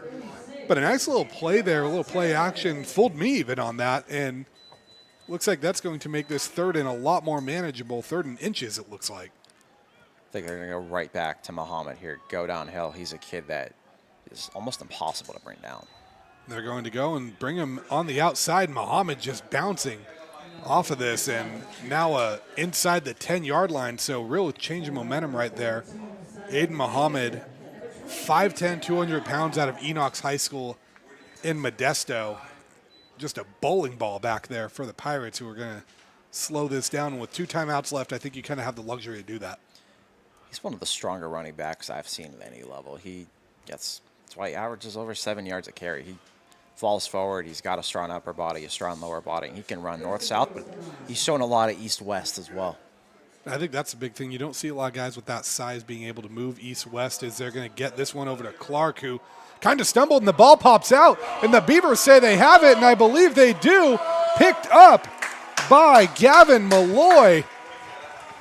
In the best-case scenario, we were saying, hey, maybe a field goal, but how about that? Beavers defense get the stop, and they go ahead in that turnover battle. Huge, huge play. You're doing everything right in this first half. Every part of this football game, now you've got a chance to go into the half with at least a 1-score lead, and every single piece of momentum on their side, and the energy on that sideline from last week to this week is just tremendous for ARC, and looking like they're getting a lot of confidence going. And Gavin Malloy, the product of Oak Ridge High School, a team that got another big win last night, and Gavin Malloy perhaps leading the big win here in the JUCO ranks today. The big thing here is you are backed up on the 1-yard line, so you don't want to. You still want to get a push. You got to execute here for a play or two in order to get this back. And Curry is going to, looks like maybe get a yard, fall forward. And I think if you're Coach O, you'll take that. You're content taking this into half with a 14-7 lead. Yeah, you've got everything on your side at this point. Don't risk a mistake if you don't have to. Don't force anything. Now, let's say you get a big play on the ground here. You get 10, 15 yards. That's when you start to think about it. But MJC is going to try to play the little time game and play the field of possession, because if they can get another couple of stops here and utilize their timeouts and get the ball at midfield, they got to think they have a chance. And I think that's a good thing to make, because, we saw, even on that last drive where they scored, we saw a little bit of miscues with the snap. They are working in a new quarterback, so you got to play this game if you're MJC of thinking, there's a world that maybe there is a snap miscue, or maybe there is something, or, 3 yards is not the most outrageous tackle for loss. So I think you are kind of, in a weird way, still playing for points if you're the Pirates, even though you're on defense right here. Yeah, you are. You've got a lot of chances. You still got 52 seconds left to wreak havoc, create a play, and heck, maybe you get a sack that also leads to a fumble with a hard enough hit and a really good play from a defender. Yeah, and I think if you're the Beavers, there's really no chance of trying to do any trickery, like you said, unless you get that big play here. But now each team down to 1 timeout. I think you just got to run this one up the gut with someone that you trust. I wouldn't even be surprised to see that jumbo package or some type of a jumbo package maybe make its way in here.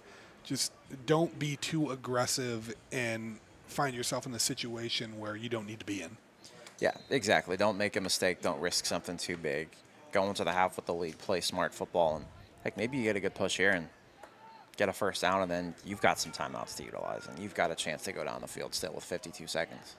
Curry going to take this one himself, makes a man miss. A Curry to the outside, eats a hit and gets up to the 10-yard line. So a little bit of a bigger chunk play, and I think if you're the Beavers, when you saw him go outside at first, I think everyone's kind of holding their breath until they see him turn that corner and start going upfield.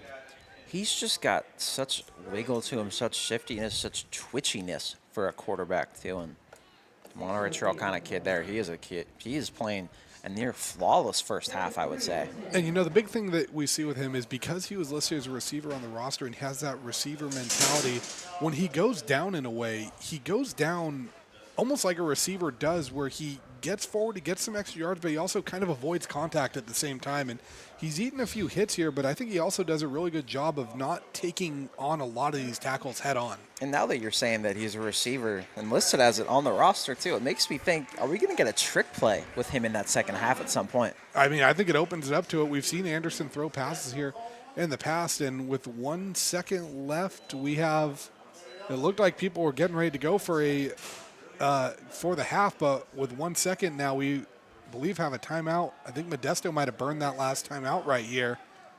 So I don't know if this is just a little bit of mind games or maybe a little bit of pettiness here or whatnot, but the Beavers are going to have to run another play before they head into the locker room with the lead. It's one of those things where you don't want to go into the half with the treasure chest still of timeouts to take. Maybe something happens, a bad snap, maybe you get an interception, you force a fumble, return that play. There's a lot of different things that could potentially happen still in 1 second. Yeah, definitely. And I think you can't take them with you. You know, as much as I plead that you should be able to have rollover timeouts from game to game, too. I think you should be heading into week 6 with 22 timeouts if you want to, but no one listens to my ideas. So you want a game to go about 6.5 hours? I am paid by the hour in this scenario, okay? So I would have renegotiated my contract So here. it's all about you at that point, is what you're saying. It is. That's what, I mean. That's Selfish right there. Yeah. I'm getting a thumbs up here, so I'm thinking this might start going to the higher-ups, and maybe someone will listen to me. I don't like how I'm in the middle of this. Well, you're going to be getting some type of payment for it, so. That's okay. That's all. We're working out. You know, how I that's just gonna like work. football enough. You may have sold me on 6.5 hours. Perfect. I love it. 22 timeouts. Looks like Anderson's kind of going to be in the back here, just playing damage control of, you know, if you manage to somehow snap it over Curry's head, even though he's under center. But I think this is just going to be a kneel down and. I've seen crazier things happen before at the D1 level. So.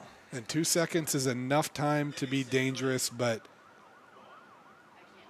right now I think we're going to be setting this thing up for longer than it's going to take to run it, as everyone's standing around here. Referee's getting into position, so it looks like we're ready to go. Everyone has been instructed to keep their hands and feet inside of the field at all times. There's a Curry under center is going to kneel this one. Oh, he's going to run a fake. Oh, my goodness. It's going to be Torres running downfield, and a little bit of maybe trickery. Could have been a late hit that would have given the Beavers a little bit more time.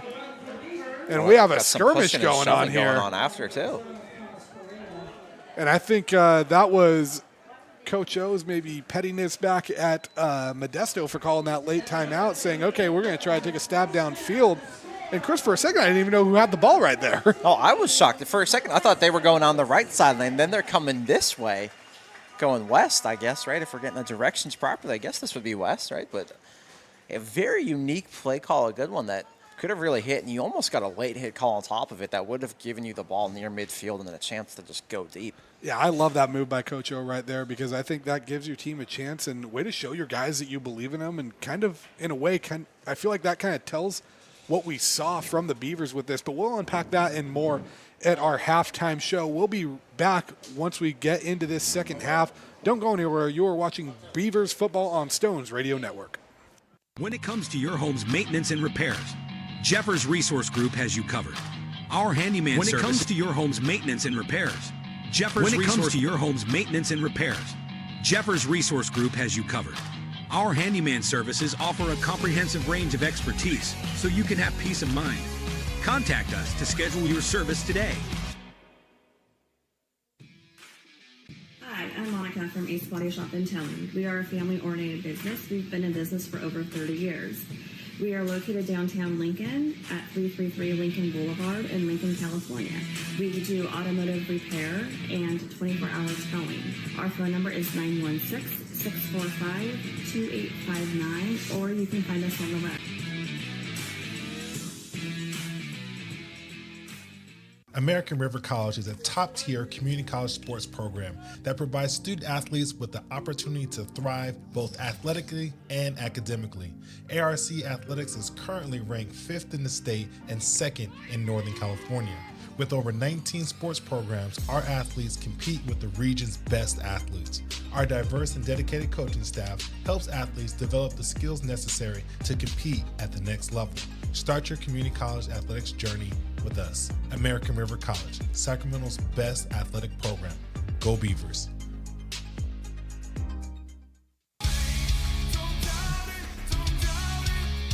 Got dragged there, and I didn't. He's an actor. Oh crap! Who cares? You got the rest of your life to be, serious. But just tweet it out and then don't really then respond. run away. No, I think it happens to some of us. Maybe it sounds a little personal to you, but I didn't want me. Yeah, to I don't sound know. that It just way. maybe sounds like that. Generally, fine. Again, you're a very bright guy. Yeah. You see right into Right my through soul, you. my friend. That's why I have so many jobs, because people think I'm funny when they're driving home.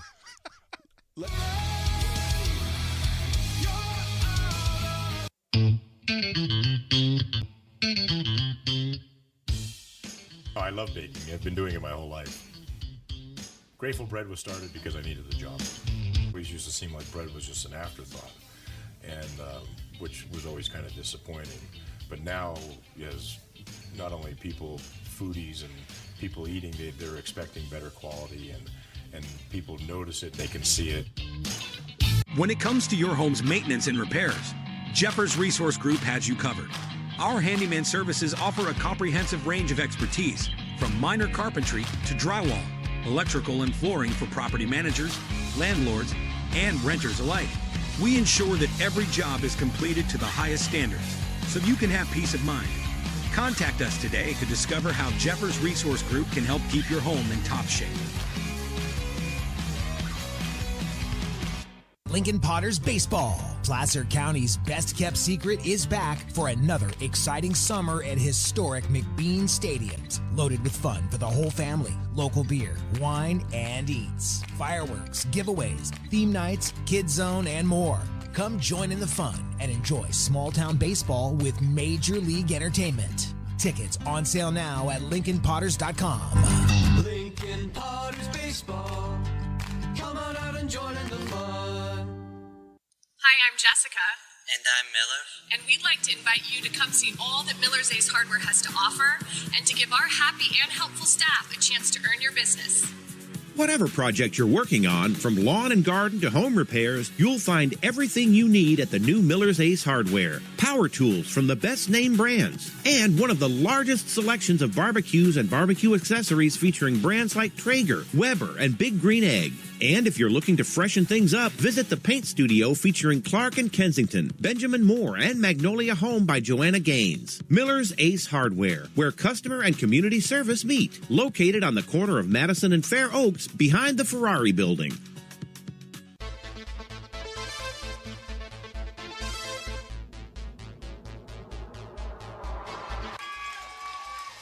Pass flung on and missed. He got him on strikes at 86, the off-speeder. Bruno strikes out the side. Potters get the win 8-5. He's going to look that way. Now he's going to duck down the middle. He's got a guy wide open at the 18 kid. That's Robert Freeman. And Robert's trying to make a couple of moves. He comes back to the 15, comes down to the 10. He gets a block to the 5.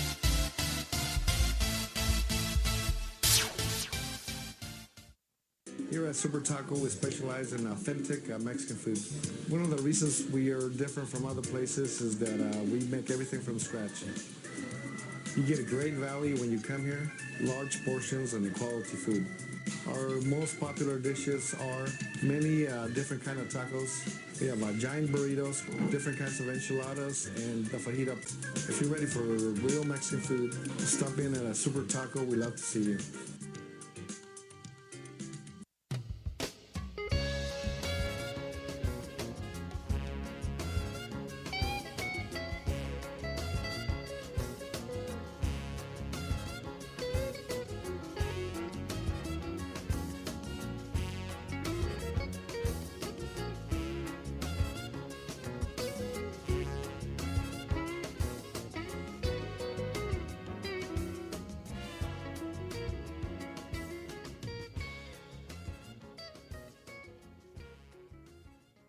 When it comes to your home's maintenance and repairs, Jeffers Resource Group has you covered. Our handyman services offer a comprehensive range of expertise, so you can have peace of mind. Contact us to schedule your service today. Hi, I'm Monica from Ace Body Shop in Towing. We are a family-oriented business. We've been in business for over 30 years. We are located downtown Lincoln at 333 Lincoln Boulevard in Lincoln, California. We do automotive repair and 24-hour towing. Our phone number is 916-645-2859, or you can find us on the web. American River College is a top-tier community college sports program that provides student athletes with the opportunity to thrive both athletically and academically. ARC Athletics is currently ranked 5th in the state and 2nd in Northern California. With over 19 sports programs, our athletes compete with the region's best athletes. Our diverse and dedicated coaching staff helps athletes develop the skills necessary to compete at the next level. Start your community college athletics journey with us. American River College, Sacramento's best athletic program. Go Beavers.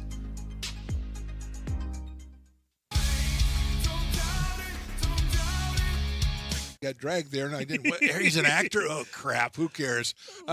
You got the rest of your life to be, serious. But Just tweet it out and then don't And really then run respond. away. Yeah. I think it happens to some of us. Maybe it sounds a little personal to you, but I didn't want me to yeah, I sound don't know. that It just way. maybe I sounds like that. 'Cause I Generally, know fine. Again, you're a very bright guy. Yeah. You see right into Right my through soul, you. my friend. That's why I have so many jobs, because people think I'm funny when they're driving home.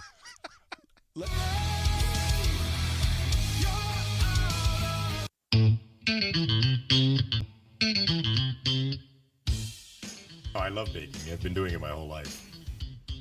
Grateful Bread was started because I needed the job. It always used to seem like bread was just an afterthought, and which was always kind of disappointing.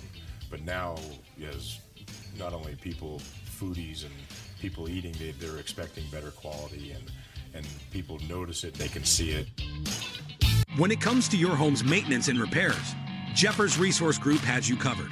Our handyman services offer a comprehensive range of expertise, from minor carpentry to drywall, electrical and flooring for property managers, landlords, and renters alike. We ensure that every job is completed to the highest standards, so you can have peace of mind. Contact us today to discover how Jeffers Resource Group can help keep your home in top shape. Lincoln Potters Baseball. Placer County's best-kept secret is back for another exciting summer at historic McBean Stadiums. Loaded with fun for the whole family, local beer, wine, and eats. Fireworks, giveaways, theme nights, kids zone, and more. Come join in the fun and enjoy small-town baseball with Major League Entertainment. Tickets on sale now at LincolnPotters.com. Lincoln Potters Baseball. Come on out and join in the fun. Hi, I'm Jessica, And I'm Miller. and we'd like to invite you to come see all that Miller's Ace Hardware has to offer and to give our happy and helpful staff a chance to earn your business.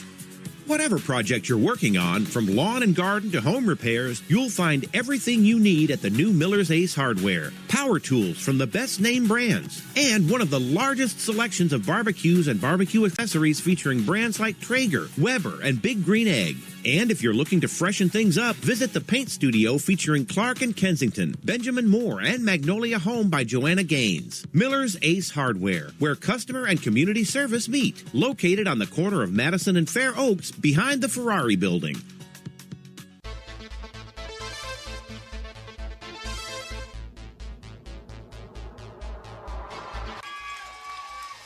Pass flung on and missed. He got him on strikes at 86, the off speeder. Bruno strikes out the side. Potters get the win 8-5. He's going to look that way. Now he's going to duck down the middle. He's got a guy wide open at the 18 kid. That's Robert Freeman. And Robert's trying to make a couple of moves. He comes back to the 15, comes down to the 10. He gets a block to the 5.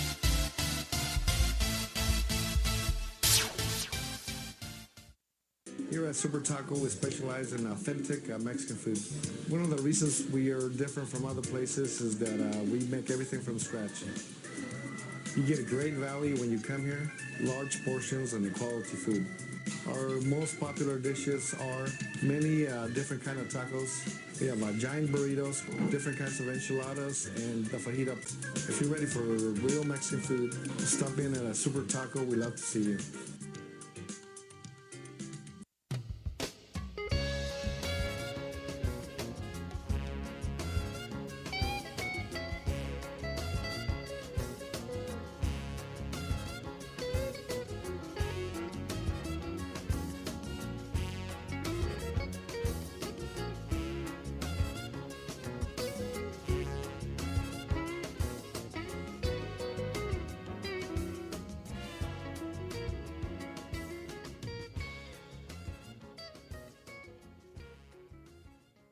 When it comes to your home's maintenance and repairs, Jeffers Resource Group has you covered.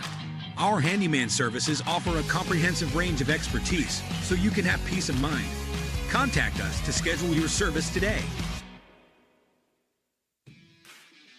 Hi, I'm Monica from Ace Body Shop in Telling. We are a family-oriented business. We've been in business for over 30 years. We are located downtown Lincoln at 333 Lincoln Boulevard in Lincoln, California. We do automotive repair and 24-hour towing. Our phone number is 916-645-2859, or you can find us on the web. American River College is a top-tier community college sports program that provides student athletes with the opportunity to thrive both athletically and academically. ARC Athletics is currently ranked 5th in the state and 2nd in Northern California. With over 19 sports programs, our athletes compete with the region's best athletes. Our diverse and dedicated coaching staff helps athletes develop the skills necessary to compete at the next level. Start your community college athletics journey with us. American River College, Sacramento's best athletic program. Go Beavers.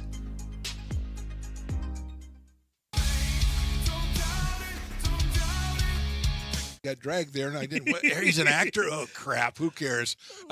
You got the rest of your life to be, serious. But just tweet it out and then don't And really then run away. Yeah. No, I think it happens to some of us. Maybe it sounds a little personal to you, but I'm not. I didn't want me. Yeah, to I don't sound know. that It just way. maybe sounds like that. 'Cause Generally, fine. Again, you're a very bright guy. You Yeah. see right into Right my through soul, you. my friend. That's why I have so many jobs, because people think I'm funny when they're driving home.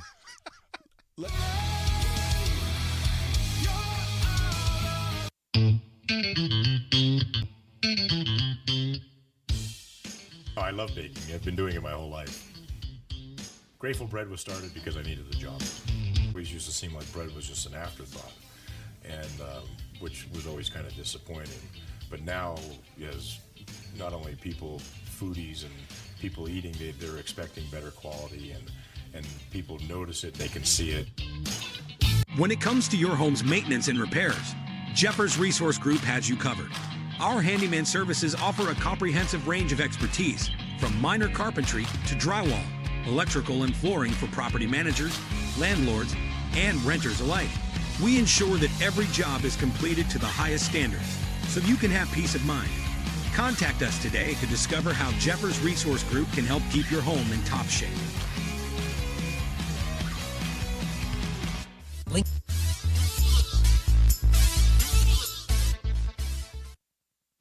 All right, welcome back here to American River College. Halftime, about 5 minutes left. And Chris, I think we've seen a completely different Beavers team than what we saw last week. This looks more like what we saw in the first half of that Sequoias game, the first game of the year.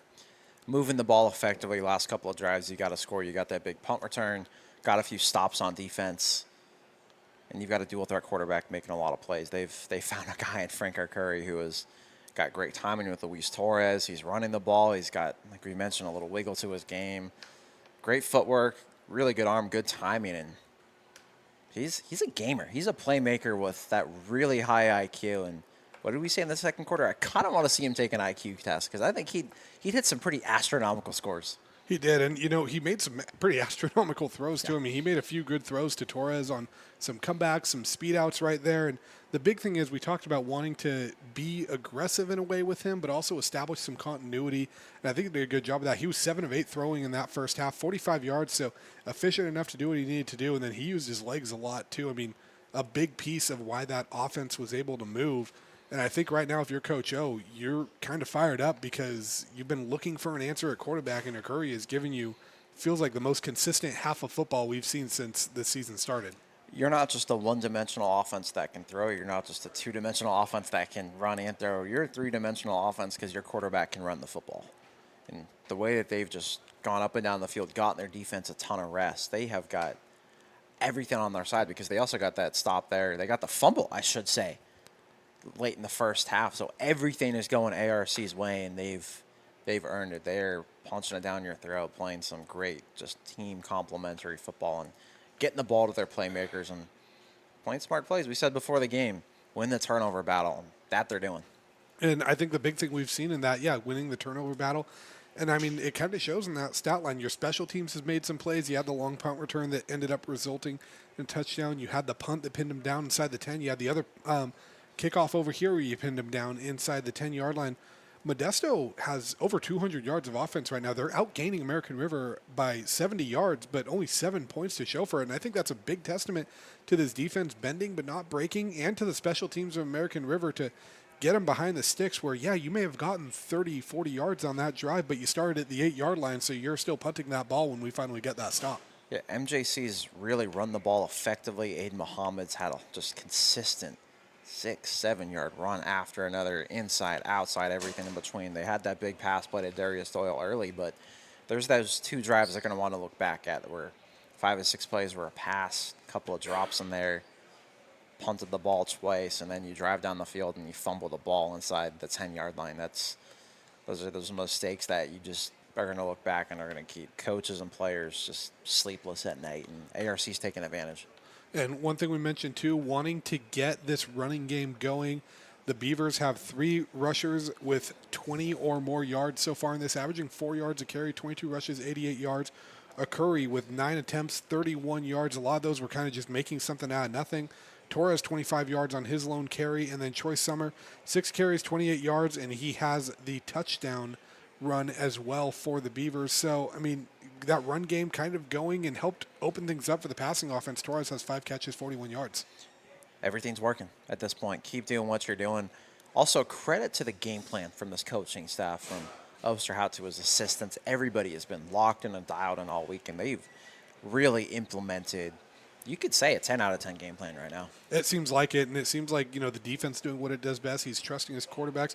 We'll see now that the offense has some legs. Maybe Curry has a little confidence. We'll see how much they open up the playbook here, too, and see what we can find, and maybe, like you said, even a little bit of trickery, but we're going to find all that and more. Beavers are getting ready to take the field here. About a minute left in this halftime. Don't go anywhere. We'll be right back. You're watching Beaver football on the Stones broadcast networks. Lincoln Potters Baseball. Placer County's best-kept secret is back for another exciting summer at historic McBean Stadiums. Loaded with fun for the whole family, local beer, wine, and eats. Fireworks, giveaways, theme nights, kids zone, and more. Come join in the fun and enjoy small-town baseball with Major League Entertainment. Tickets on sale now at LincolnPotters.com. Lincoln Potters Baseball. Come on out and join in the fun. Here at Super Taco, we specialize in authentic Mexican food. One of the reasons we are different from other places is that we make everything from scratch. You get a great value when you come here, large portions and quality food. Our most popular dishes are many different kind of tacos. We have giant burritos, different kinds of enchiladas, and the fajita. If you're ready for real Mexican food, stop in at a Super Taco. We love to see you. American River College is a top-tier community college sports program that provides student athletes with the opportunity to thrive both athletically and academically. ARC Athletics is currently ranked 5th in the state and 2nd in Northern California. With over 19 sports programs, our athletes compete with the region's best athletes. Our diverse and dedicated coaching staff helps athletes develop the skills necessary to compete at the next level. Start your community college athletics journey with us. American River College, Sacramento's best athletic program. Go Beavers.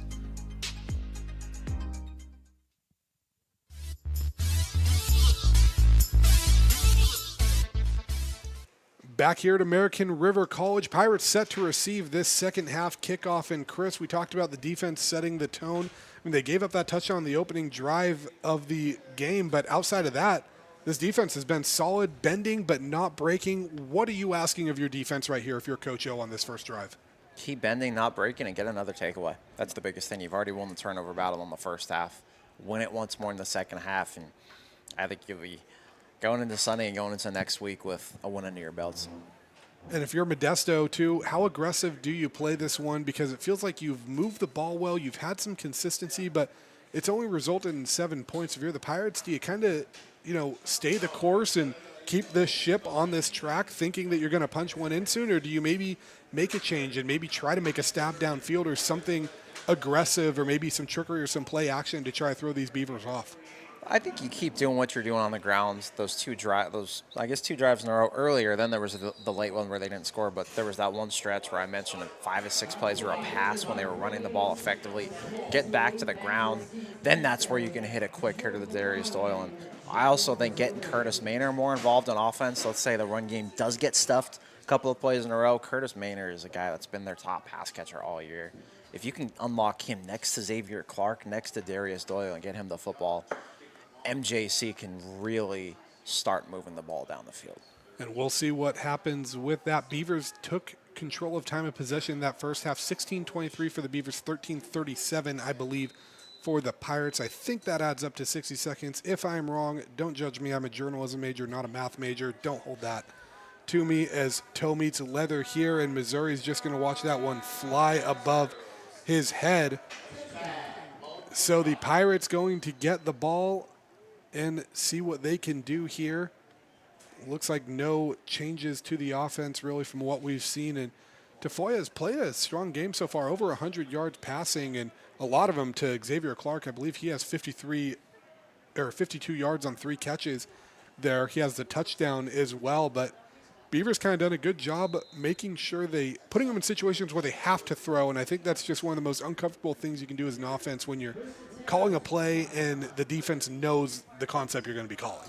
I think you've got to give some credit to these ARC DBs. A lot of these catches MJC's made have just been perfect timing, or Xavier Clark simply just going up and getting the football. Tafoya rolling out. That's what we saw him doing well, and he was kind of trying to work his way in. It looked like he was looking for the big tight end, McCauley right there, a guy that we were asking about when they were going to start going his way, because that 6'4", 215-pound frame, I mean, almost very like Brock Bowers-esque if you really think of what he brings to the table of a tight end you can line up out wide, but just nothing there for the Pirates. No, absolutely nothing. And ARC secondary again comes through, and Kevin Arnell just going up and down the field there and covering receivers really well. He is somebody that I've just had my eyes locked in on almost every single play defensively.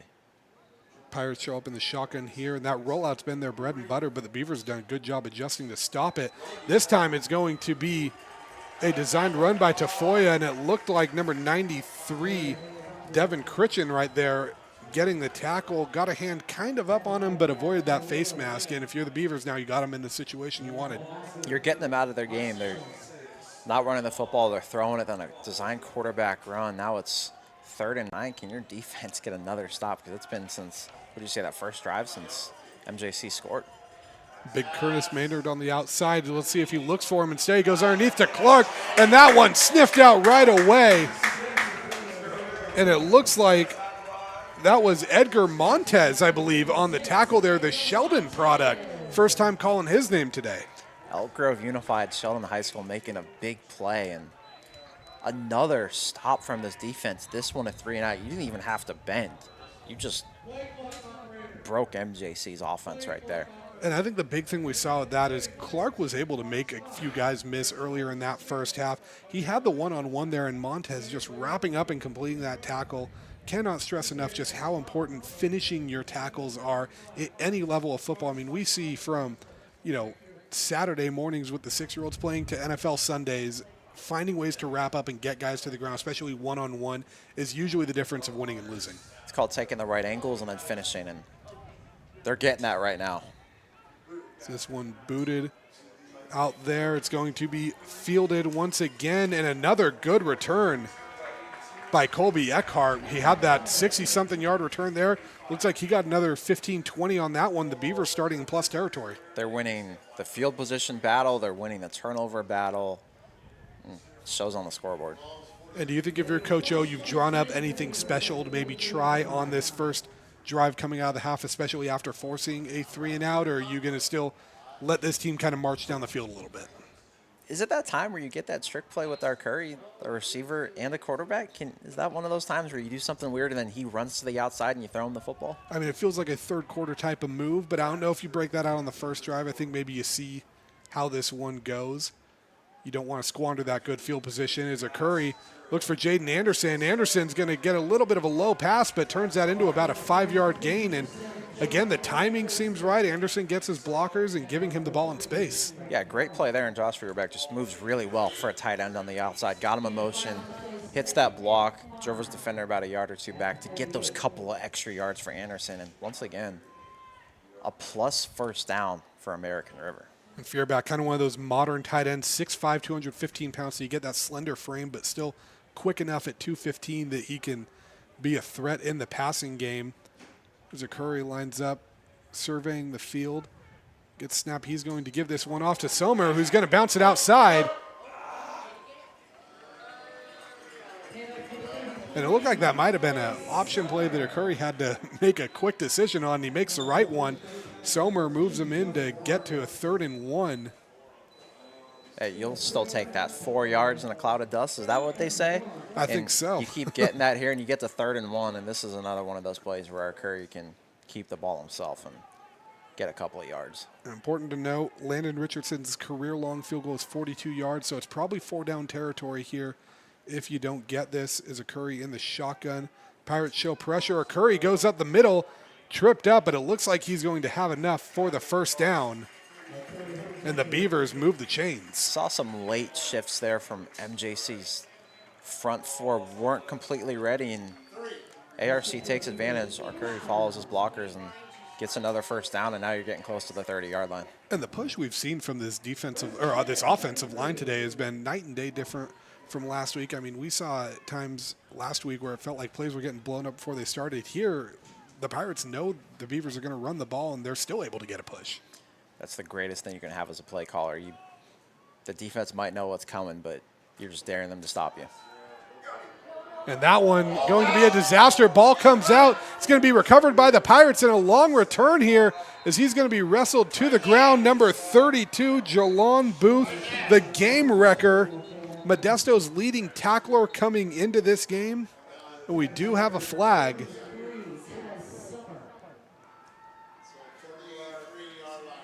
And that play just got busted up, Chris, before it had a chance to develop. It really did. And Jalen Booth again, what did you just say? He's a game wrecker. Him and LeBron Stalwart, they're two guys that have been just circled and highlighted on this defense. And look at what they do there. And Booth, 6'3", 230, that size out of Merced. He is making his impact and his freaking body felt in this football game. And it shows there to now your offense. You just get that turnover battle kind of even. Now your offense is at that 33-yard line, and you've got a chance to really snatch momentum back at your side.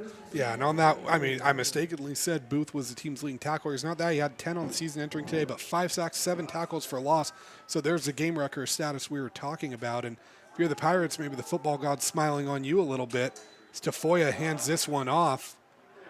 And he went to Muhammad on that one. And one thing we haven't seen here so far in this, kind of really since the second quarter, Chris, is Bryson Davis has not seen the field in a little bit. Yeah, and he missed last week too, so you're wondering what's going on down there. Is he hurt? What's going on? Muhammad's also had some really strong carries today. You've got a guy from Hillmar like Caden Bailey who's shown throughout his career that he can make some plays. So you've got to have some trust that you don't need to change your game plan a whole lot with those other running backs. And Muhammad did have 44 yards in that first half, so he was steady on 9 carries too. So, I mean, if you have a running back that's averaging 4 yards a carry, that's all you can ask as a coach. That means you're winning every down. And Tafoya with that rollout against his body kind of gets swarmed up. It looked like number 93 was the one that kind of swung him around, Devin Critchen, then just met by a beaver dam of defensive linemen right there. Beaver Dam is the perfect way to say that because there's about 6 different guys you could shout out there. And in the middle of it, too, you just keep seeing Cade Millard as an absolute playmaker on this ARC defense. He might be a kid that gets a gold star after this game. And this feels like 4-down territory, too. So if you're the Beavers, I mean, you bent, but you have a chance again to showcase this defense flexing its muscles. And how about Critchen there just throwing Tafoya off his balance a little bit as Tafoya rolls out this one.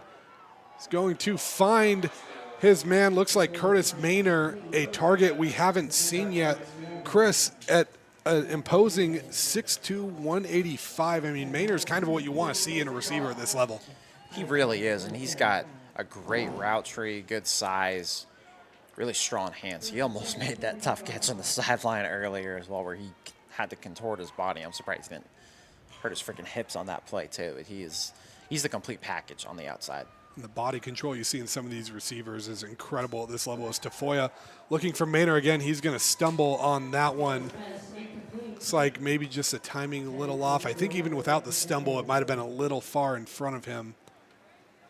And that also could have been Tafoya maybe bailing on that play and just finding a ball and putting it in the vicinity of someone. Getting some pressure, too. You've got Justin Underwood, the freshman from Clayton Valley there.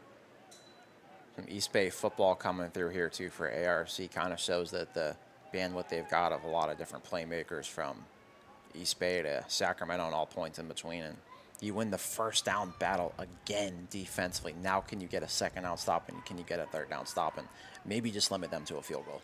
And Tafoya is going to hand this one off to Muhammad right there. Spins off his defender, gets to that second level, so makes that a third and a lot more manageable. And Chris, that's a good point that you talked about the Clayton Valley product. You know, the big thing of JUCO ball is a lot of these guys are staying home, but finding ways to bring these guys from outside and getting this Bay Area talent here in Sacramento. I mean, that's huge, especially we've seen a few of the big playmakers over the years for the Beavers be guys from either out of state, a couple of Alaska guys, some Bay Area guys. So it's huge getting to bring these outside guys in. Yeah, and you're selling them on a product and a program that they want to play at, too. They're great history of winning, especially in recent years, guys being developed right. And it's a great opportunity for these kids to really just make an impact, and Underwood's one of those guys. Tafoya hands off to Muhammad. He's going to get a push. The jumbo package does what it does best. Just enough, I believe, for the first down. And looks like he's just short. Might be just short. Kind of a weird angle. Oh, no. No, we've got it where one side judge says he was short, but then got the other one coming back and saying first down, so. I always felt like you got a rock, paper, scissors in that scenario. I would love that. Just big football games. Could you imagine a Super Bowl where we rock, paper, scissors? Especially it goes 5 or 6 rounds. Tafoya hands off to Muhammad again. He's going to go scampering through, and I believe he was brought down before he got in there. Kevin Arnault doing a good job of stopping it, and I know some people may feel like that's mute, but Beavers forced a turnover on the 1 yard line before and getting that again. So we have a timeout, I believe, on the Beavers. Some substitutions right there. Pirates didn't sub on that. Beavers trying to get a different personnel package in. They're going to get dinged for offsides, which on the 1 yard line, I mean, really is only a, 90, I mean, half distance to the goal penalty, but feels like maybe wasted timeout for the Beavers, or do you feel like that's maybe the good call to just, hey, let's get these guys in, reset right here? You know, we probably won't know until we see the result, right? Some calls look great on paper, but then it just doesn't execute, right? But maybe their defense just needs a little breather here, too, just for 30 seconds, a minute, because Aiden Muhammad is just so strong in the plays they've hit to Maynard and everybody in between. Now they're at the 1 yard line, and got to give Aiden Muhammad a lot of credit. I would love to know his weight room numbers because he's an absolute tank to bring down. And I think what's scary about him is how good he is in the open field, and good call there too, Chris, on the timeout of recognized defense might need a break. I think that's why the guys were mixing in. I think Coach O realized, like, hey, they didn't make a personnel change. We've got to get these guys in. We've got to get a breather. Let's go in and kind of get this timeout, get a reset button, see if you can find a way to force a field goal here and keep your team out in front. Maybe you force a turnover again inside the 10 like you did late in that first half, and you take all momentum back. If you can somehow get the stop at the goal line and hold them to 3, you'll take that as a huge, huge win. Keep an eye out here on the outside on Maynard. A threat, but instead they're going to go to Muhammad, and the penetration by the Beavers, number 27, Takai Takahashi. First time calling his name today, but a mean linebacker in the middle there for the Beavers. He's just got a nose for the football. He's been a playmaker all year long. Whitney High School, City of Rockland, getting some love here too. A huge play. You move the chains back a yard. You won first down. They've won first down a lot this drive. Can they win second down? Can they get this to third down and really make MJC sweat? And it feels like Whitney always has just a heat-seeking missile at linebacker. Takahashi, no exception. There's Tafoya, hands this one off to Muhammad again. He's going to bounce in that one. So a 2-yard rushing touchdown. We'll call it 3 yards. Be nice to Muhammad there. Is he gives Modesto a chance to tie this game up. I am just uber impressed with him. If you're a 4-year school, you should be taking a look at him with his strength and his vision and just the amount of different ways he can run the ball inside, outside, and just think of the play calling you can use with him. Looks like Isaac Padilla in to kick this extra point. And that one is going to be through. Looks like the Beavers had a chance. Oh, no, it looks like it went incomplete.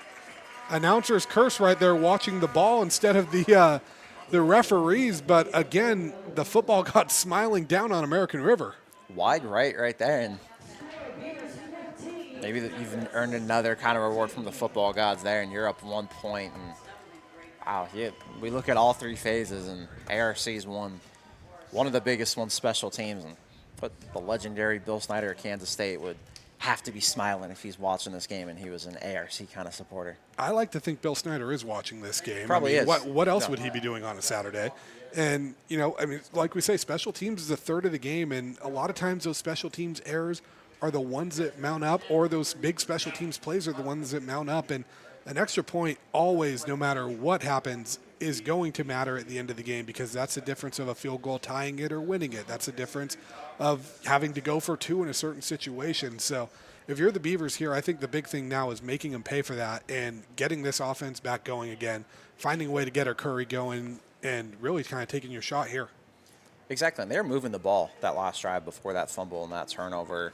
Defense had tough field position there, gave it MJC offense the ability to do what it wanted, hit Muhammad for some big runs, hit Maynard on that inside route too. Now, missed extra point though. You're up 1. You've still got the lead. And again, where's that momentum pendulum going? Back towards AR just a little bit. Emmanuel Garibay, the kicker for the Pirates on this. 6'2", 190. Not built like a typical kicker. The Sonora product puts toe to leather, and this one is going to be fielded. Once again, going to be Eckhart. Eckhart bounces it outside. He's going to bring it back inside, and a flag is going to be dropped there. Looked like he tried to make a little something happen, but might have made the wrong read on a block, but still able to get it across the 20.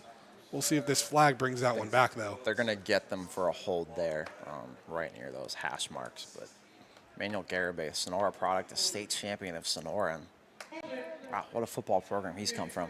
Absolutely, and they look like they're ready to go on another run again. And Chris, on a lot of those runs, those returns especially, when a ball maybe bounces outside that was meant to go inside, or gets blown up and a player has to try to make something going, a lot of times that's when a blocker is now finding on a new assignment kind of on the fly, and that's where you start seeing those holds, because maybe some guys are scrambling a bit.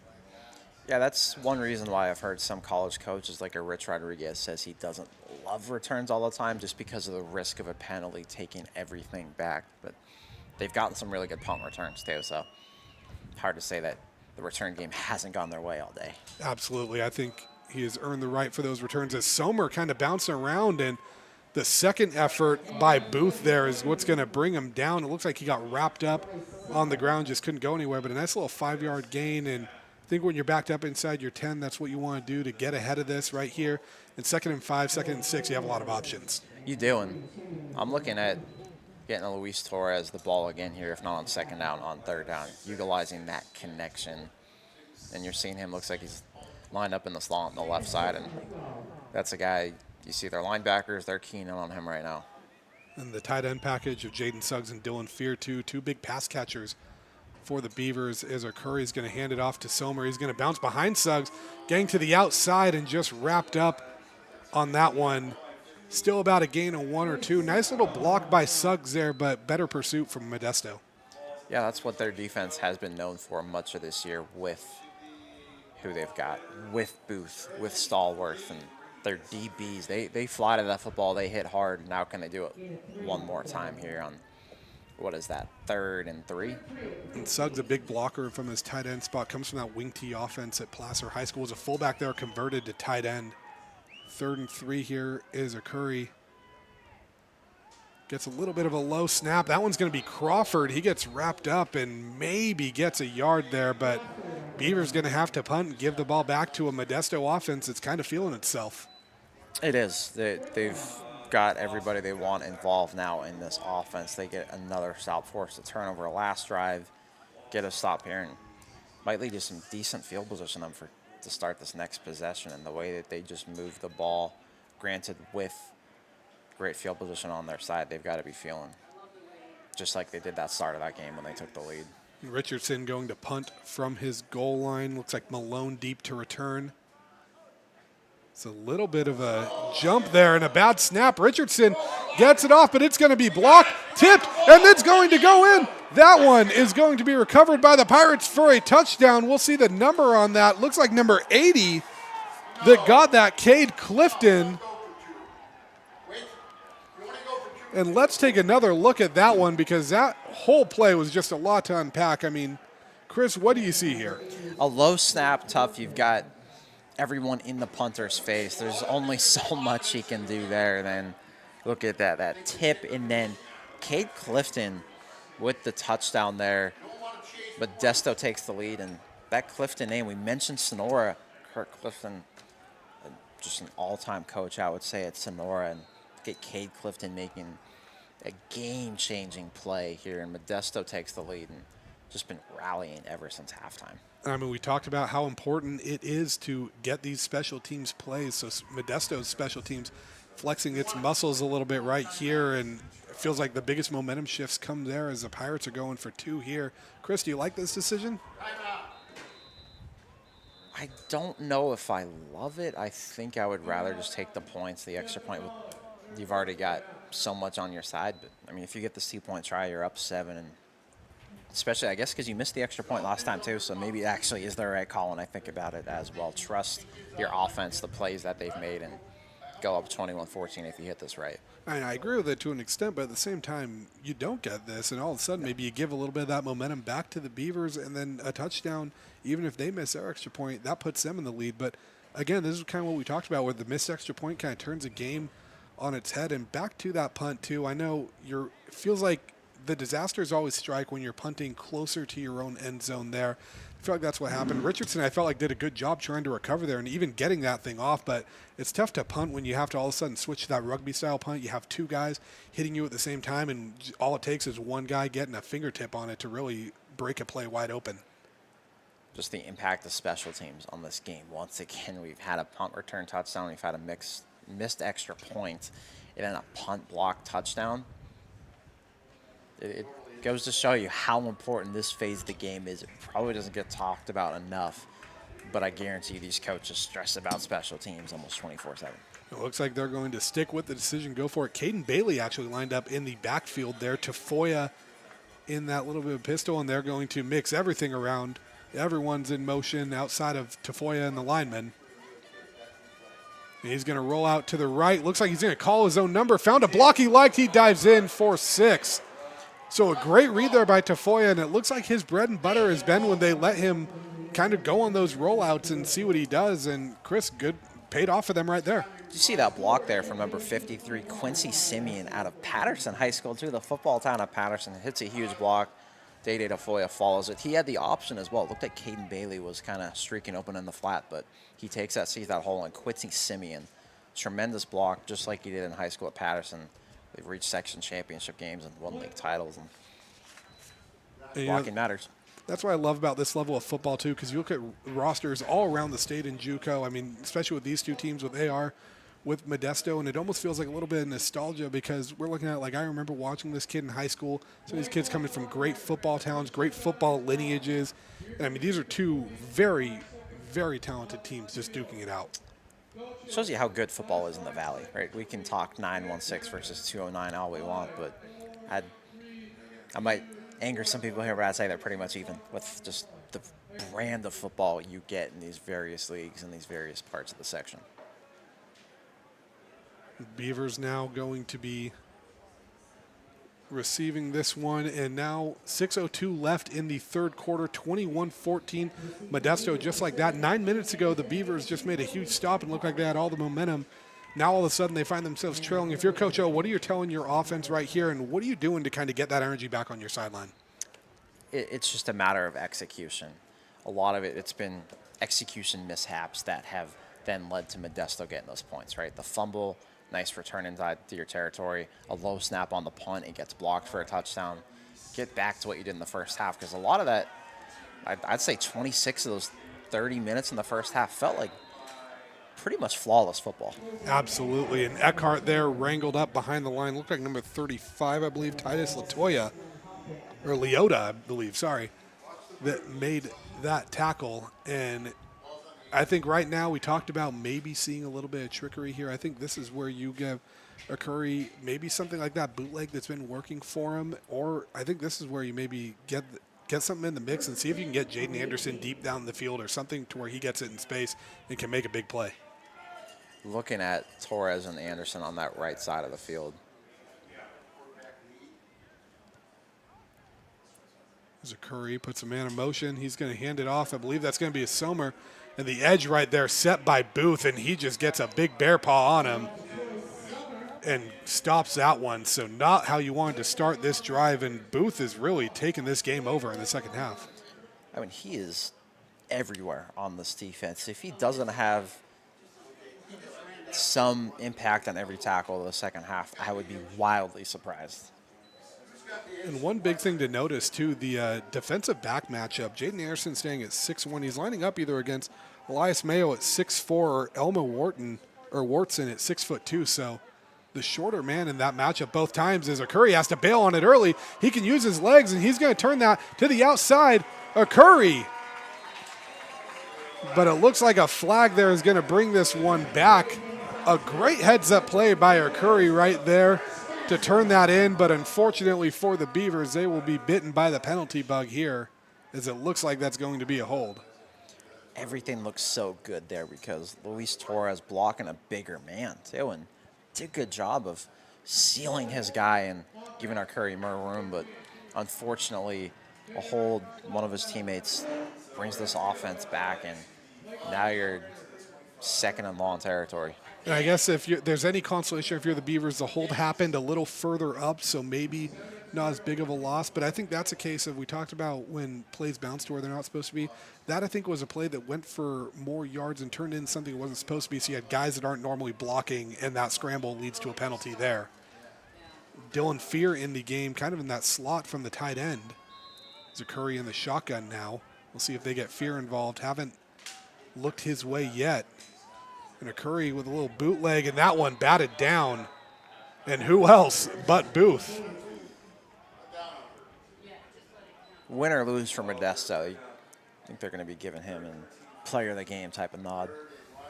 And that's one thing that's frustrating for American River. We've seen a couple times where a linebacker takes over the game here, and it's one of those things where it's not even anything the Beavers are necessarily doing wrong as much as just tipping your cap to the guy across from you, but a bitter pill to swallow when you're in this situation. And now 3rd and long for Curry, and he's been poised so far, but we'll see how he handles this situation.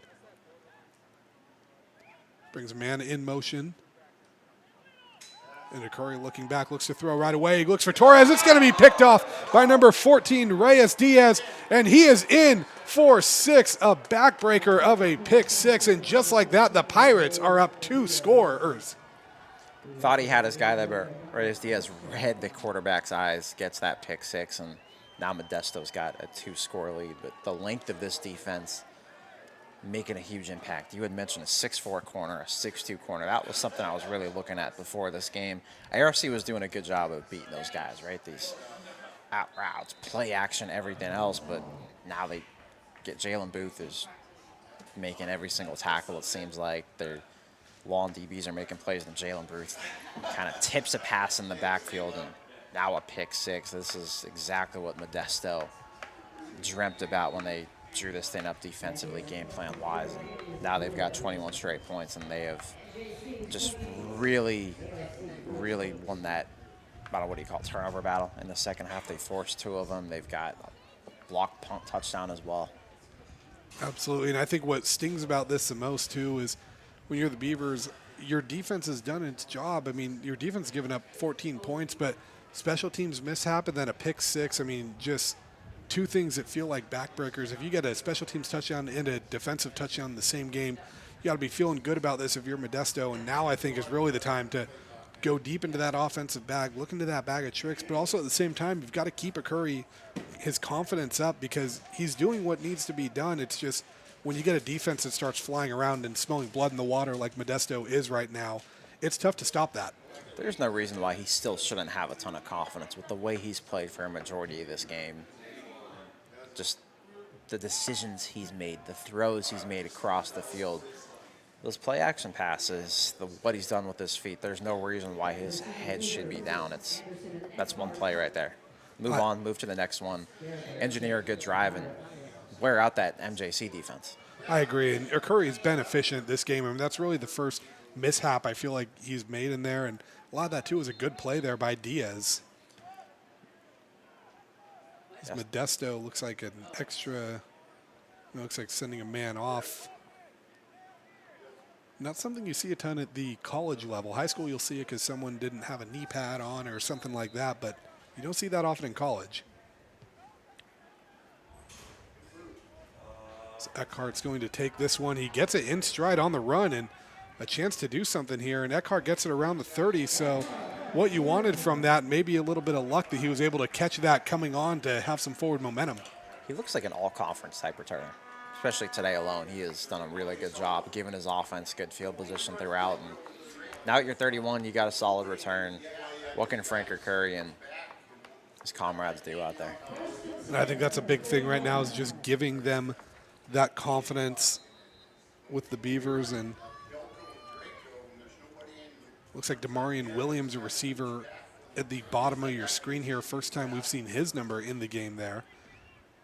And Curry's trying to get him in there. Hands it off to Somer. Somer bouncing it, but unable to make something happen there. Feels like their rushing offense has gotten a little bit stagnant here in the second half.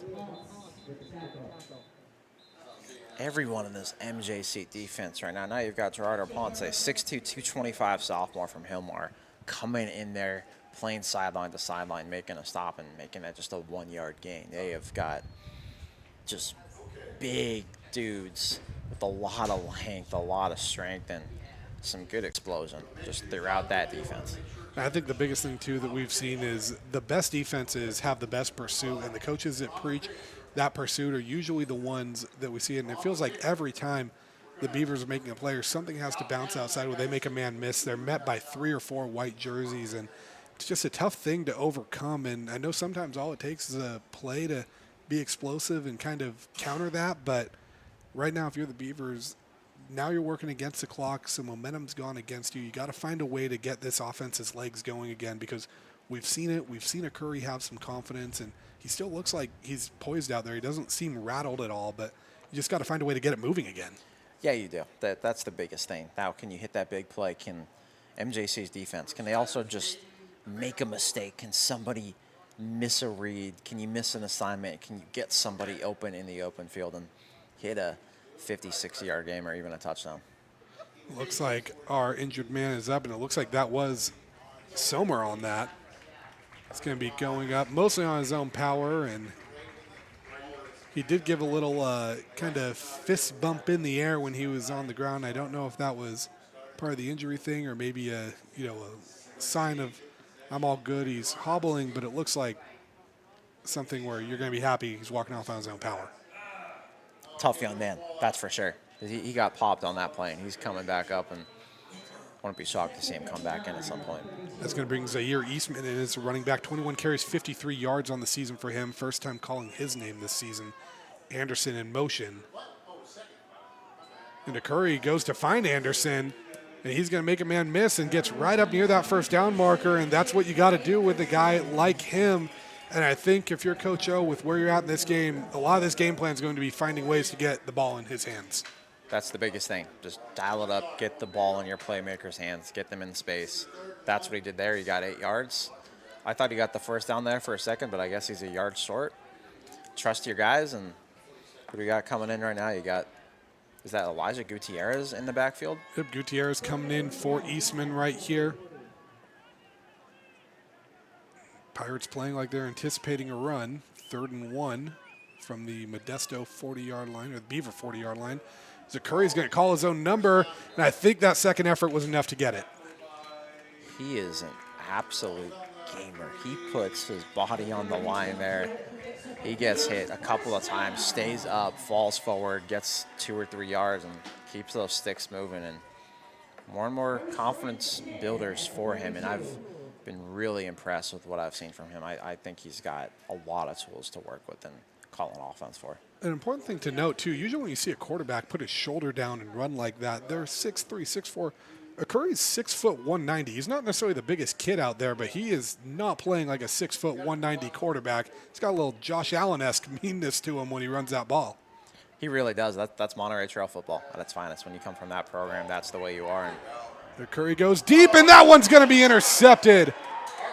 He made the right read, but a tremendous pick by Frank Callum, the defensive back out of Patterson. And we talked about a little bit that size matchup. Callum standing there at 6'3", and I think that length showed right there on the interception if we can take another look. 6'3", 200. You can make that a DB or a linebacker with that frame, and Look at the play he makes there. Wow, just pure athleticism.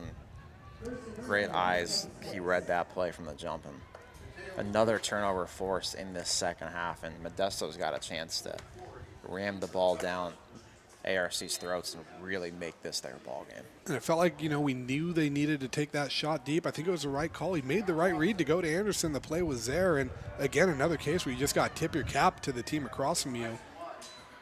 As Tafoya hands this one off, and again to Muhammad, just a bowling ball out there. He's making American River players bounce off of each other. Sometimes, you just mentioned, it's guys just making plays sometimes. That's all you can do. Muhammad there's a lot of guys on him. He's just that strong. He's that strong in the weight room. He's that strong on the football field. And he gets another 5-6 yards on that gain and gets him into second and medium, almost second and short. I mean, looks like Caden Bailey's coming in now too, and that's another kid that is tough to bring down. Tafoya puts his man in motion. Looks like he's going to get to him on the outside. I believe that's Malone. Malone spinning off, still going up around the 46-yard line. And I think right now this is a case of just a defense that may be a little worn out, and they've got some big bodies running the football on Modesto, and there's not a good combination that you want to see as you're getting into the third and fourth quarter of this game. We saw a few of their playmakers in the first half. We saw Bryson Davis early. Haven't seen him since. Saw Aiden Muhammad, saw that big play from Darius Doyle, but now we've seen Malone in the second half, Maynor, and Caden Bailey making a guy miss in the backfield. And sure, it was 0-yard gain, but he had a chance to lose 2 or 3 on that play. Yeah, definitely, and I think that's a big key thing, too, is getting running backs that do that. That tackle was made by Edgar Montez. We called his name a few times, the Sheldon High School product, leading the charge there. And again, another guy that's mixing in and making the most with his playing time. But now, 2nd and 11, I think you're with a 2-score lead here. You're content maybe slowing this down a little bit and kind of seeing what you can get, because this feels like a drive that if you time it right, it could be a put-away drive. It really does. Now, can your defense get a stop, or can they force a turnover? But Aiden Muhammad right there, wow, he is just breaks a in the freakish open running field. back. I mean, he's breaking in the open field once again and turns that one into, I believe, a 11-yard gain, maybe 10 yards. Give it just short. A new defensive line group mixing in. And right now the Pirates slowing things down as Tafoya brings his guys back to the line. Feels like 4-down territory. Looks like a bit of a jumbo package. Tafoya hands it off to Muhammad, and why not? And he's short. Hit a little bit short. And now decision time for Modesto. And we've got a skirmish and a push, and this one's going to back up the Pirates, it looks like. Yeah, it looks like there's that late shove there, that late push near midfield, and flag comes out right after. So you get a good third-down stop, and now it might set Modesto another 15 yards back, so they have to be forced to punt if they call this the way we think it's going to be called. And the important thing, too, is we see the pushes and stuff, but sometimes when these flags come in, we don't know what was said, or if something was said that leads to the push that maybe makes it offsetting or something. But from what it looks like up here in the booth, they're going to be trying to figure it out. It's going to be a dead ball penalty, though, which would back them off.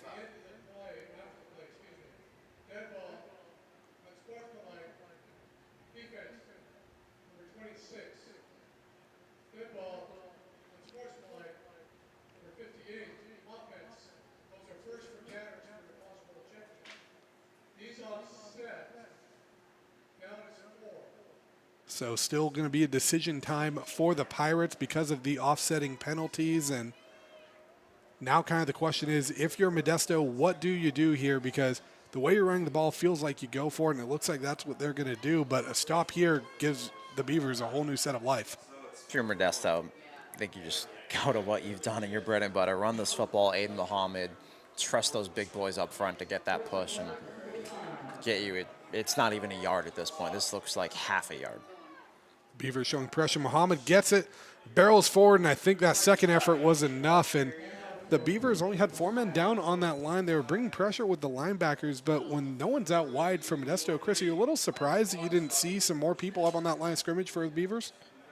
A little bit of surprise there. I also think some of it is just Modesto just executed really well. Right, Quincy Simeon again, another great block on his side of the field, gets just enough of a push, and Aid Muhammad gets another first down, falls forward, and looks like that'll be the end of the third quarter. One that was surely all Modesto's to go up 2 scores. Yeah, whatever the adjustments they made at halftime, especially defensively, it worked. I mean, Pirates really took control of this game, but that is going to do it after the third quarter. When we come back, 1st and 10 Pirates from the Beaver 43 to start the fourth quarter. Modesto leads this one 28-14.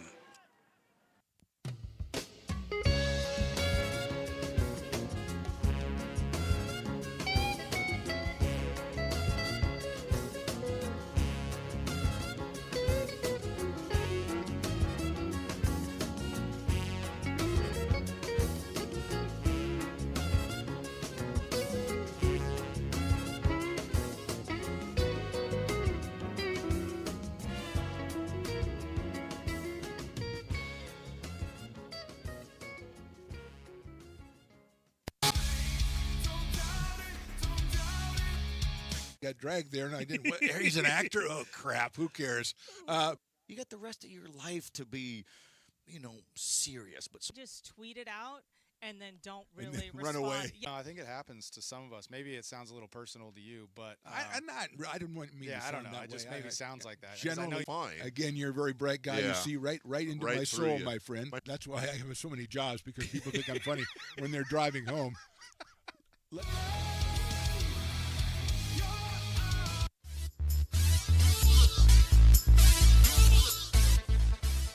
We interrupt Phantoms Talk Show to bring you the fourth quarter of American River football.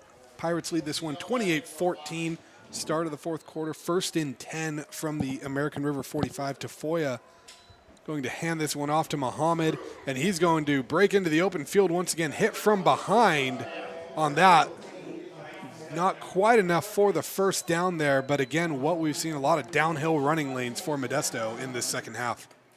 Muhammad's got the strength. We've seen him go outside, and now we just saw him make moves with his feet, too. He is the complete package in that backfield.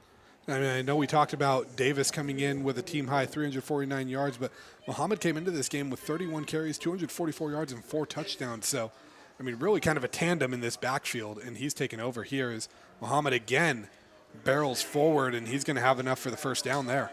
It's almost an embarrassment of riches that they have at that running back spot.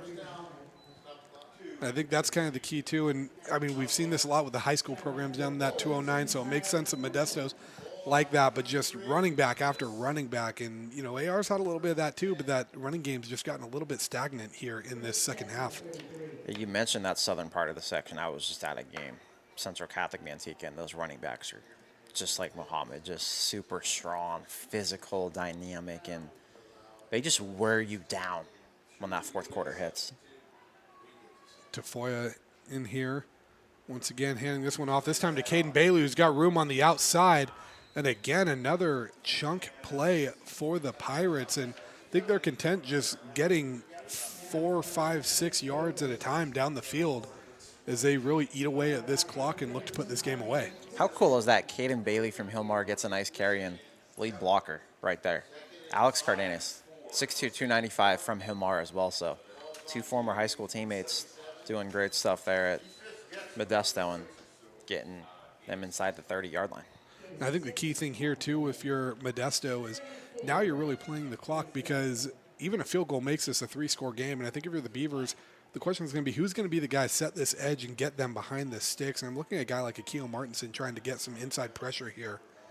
I feel like that's going to be the key as Tafoya rolls out this time, a little play action. And Martinson comes in, looks like with the hit. No, never mind, that was late flag comes in there too. Braden Glover, and it looks like a little battle between a receiver and DB and a late flag. So incomplete pass, and I think the question is, depending on who this flag is going to be on, that could be the difference between some new life or a backbreaker. I think they're calling pass interference because of the early contact before the ball was there. Looks like it, and they're going to get Dutton for that one. I thought Tafoya could have run that for 10, 15 yards also. It looked like he could, and then the pressure ends up coming in, and a tough break for the Beavers right there as now this moves the Pirates into the red zone.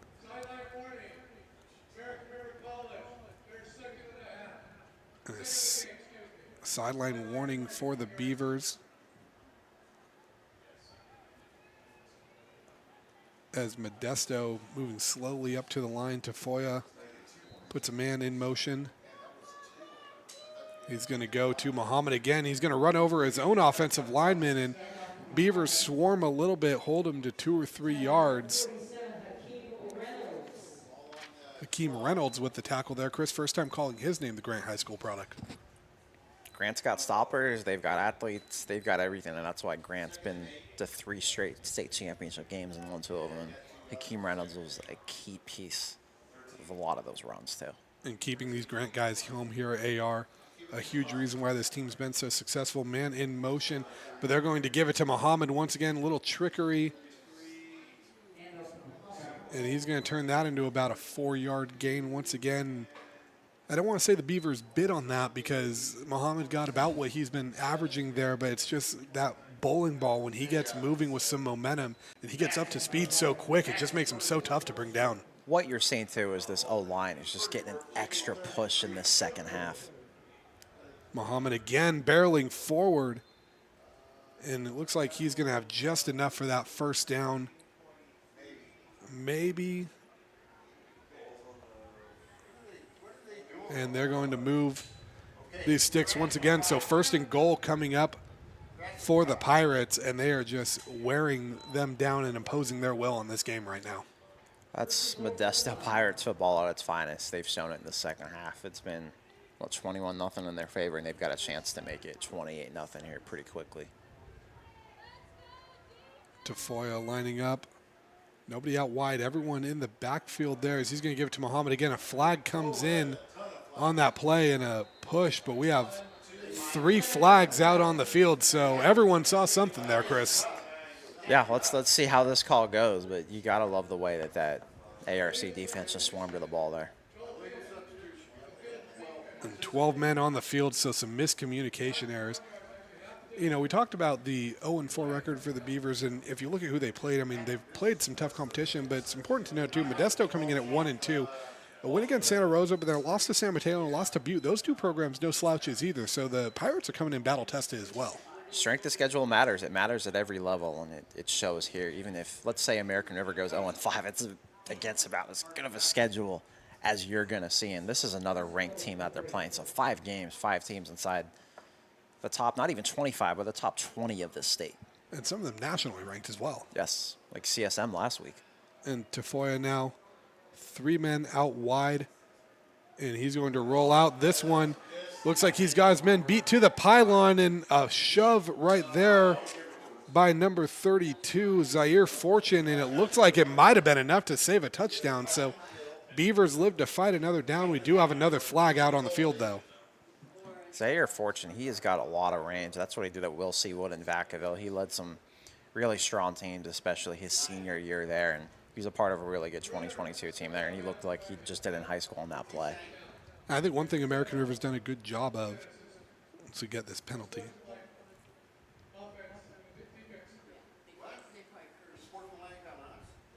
It looks like an unsportsmanlike penalty.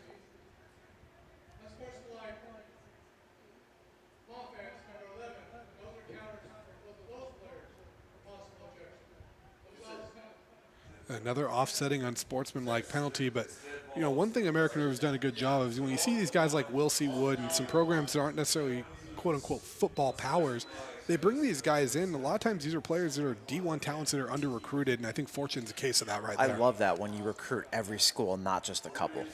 Muhammad barrels in for another touchdown as the Pirates make it a 3-score game with 10:29 remaining. And it feels like that might have just been a put-away drive early in this 4th quarter.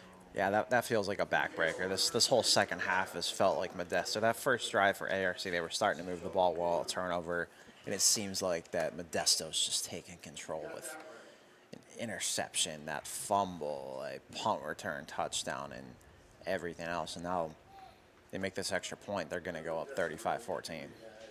It looks like it's going to be Padilla attempting the extra point again. Did miss one earlier in this game, but that one right there is going to be good. So 35-14. And now if you're the Beavers, I mean, what you're looking at right now is not, I think, where they thought they would be going into the half here, but what do you say to kind of get this offense going? And is this one where you wave the white flag and maybe just try to get some continuity of the offense, or are you still taking aggressive shots and seeing if you can get back in this game? I think you want to just build some momentum going into the rest of this weekend and going into the next week, but there's still 10 and a half minutes left, and we've seen some crazier comebacks at the high school level, the FBS level, the junior college level too. I've seen some greater comebacks in the fourth quarter than this before. And it's important to note too that after this, I mean, conference play starts, and this conference is no joke too, but they do get the bye week, and I think that's going to be a nice reset button no matter what the result of this game is, even if it's looking like a Modesto win, just getting that chance to kind of reset and maybe reconfigure things after what feels like a sprint of just gauntlet after gauntlet of program you're going up against. Yeah, I think that bye week comes at a perfect time at this point, late September, early October. Get a chance to reset, maybe get a couple of days off in there, then you go right into conference play. And you played some of the best already, so I don't think you're going to be surprised about anything at this point. As Anderson lets that one sail through the end zone. So Beavers going to be taking over here, 10:29 to go in this game, trailing 35-14. And Chris, how do you get a Curry going here now? It's dial something up for Torres here. You've seen, it looks like Modesto's made a few more adjustments. They've used that length to their advantage, but can you start getting some of those connections with Torres here? Maybe even just a quick hitter to him. And as we're taking the field here, looking at some of the other scores in 3C2A, Sequoias beat Butte 42-38, so a big win there for the Giants. Feather River 49-0 over Cabrillo. As Curry gets this ball, rolls out on a bootleg, and looks but read right away. And Frank Callum with his second interception, 2 drives in a row. And it feels like the wheels just falling off of this offense right now for the Beavers. Frank Callum knows where this football is going every play. He must be dominating in the film room as well. He is a tremendous talent. I think he's just gotten himself a few offers today. Yeah, really. I mean, that 6'3" frame, 6'3", 200, that's a big D back. I mean, that's almost the size of a linebacker in a way. And just great defense here by these Pirates in this second half. Great adjustments. Kudos to them for that. Keeping it with some of these games in the 3C2A. Laney beating Santa Rosa in the fourth quarter, 17-10. And then Sierra opening up the second half with a 28-24 lead over San Francisco on the road. So possibly a bit of an upset over there in NorCal. As Tafoya lines up, he's going to go deep, taking a shot at the end zone. He's looking for Malone, but it's going to be intercepted. Number 23 with the pick. Kevin Arnell read that like a book. Chris, let's take another look and give us your thoughts. I mean, one receiver there, you've got a cornerback, you've got a safety. Just tremendous, tremendous play from Arnell to jump that route, make that play, and look at the athleticism on interception too, and get in front of Curtis Maynard and get that. And still 10-15 left. Right after an interception, your team just there, you come back with one of your own. It looks like Whit Cruz coming in at quarterback too from 12 Bridges, made that start last week.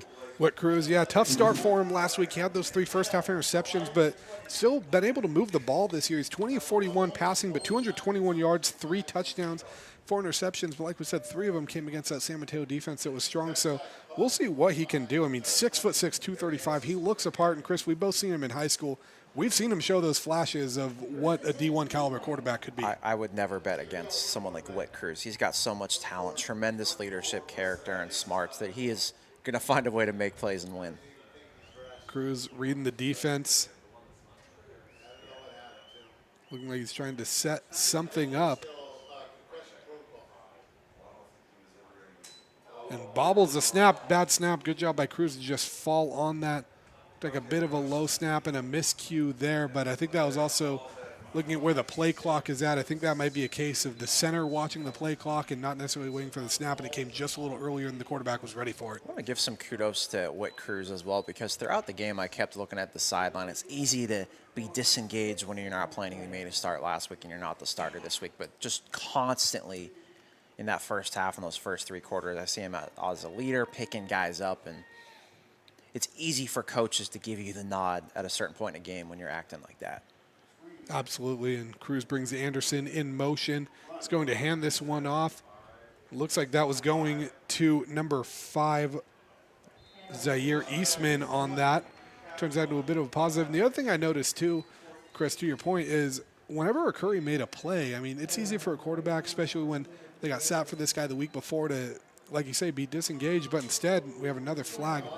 But Cruz was one of the first ones celebrating when Curry made a play, and you saw him timeouts. He was one of the first ones out there going in on the play. So I think that's really the mark of a true leader, and what we've kind of expect to see from a kid like him is it looks like something was said in that crosshairs after the play.